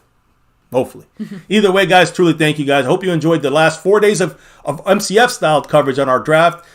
And comment below if you have any questions or thoughts. We'll be addressing everything from here on out, starting Tuesday. Now, after this, guys, officially begins the darkest part of the off season here. So we'll get you guys through the trenches. Yeah, again, this is one of the first. This is not the darkest. It gets darker later in June. But no, what I'm saying is that now we have a 2-week space. I think about a 10-day, 2-week break before the rookies are in camp and start getting the rookie OTAs. That's the next big thing, but there's always something going on with the Cowboys. So we'll be here almost every night, if not every night, on My Cowboys Family. On that note, baby, we did the shout-outs, we did the sponsors, we did all that stuff. Now it's time to tell them why do we do this on the nightly, crazily, almost 3 hours every night here, especially during draft week. Why do we do this every night here on MCF? It's that navy blue, that silver too, and that star over everything. Yes, if you know the deal here. Win, lose, or draw, good, bad, or ugly. Here on this channel, we're always repping this star over everything. Never forget the number one thing here at My Cowboys Family, here, now, and forever. As always, say it loud, say it proud, say it with us here at My Cowboys Family. Never forget. Go Cowboys. Let's get that 6 and beyond. Thank you for dropping that knowledge all night long in the chat. Appreciate and humbled by the love from above you guys have been dropping here tonight through all the Venmo, Cash App, PayPal, or the OBS Streamlabs. Thank you guys on that. Yes, Mr. MCF is about to be very proficient in the food. No. Good one, Burn. Anyways, guys, thank you once again, baby. Before we can drop out for the night, the weekends will be relock, reload tomorrow, Tuesday, for another show, another week here on My Cowboys Family. I think we're on like 280 weeks of this stuff. So yeah, I got it all documented. Trust me. Baby, before we can drop out and clock out officially for the night, relock, reload for a whole new week tomorrow, Tuesday, and beyond. Baby, what do we got to do here before we drop out officially for tonight and this week? We got to drop the beat.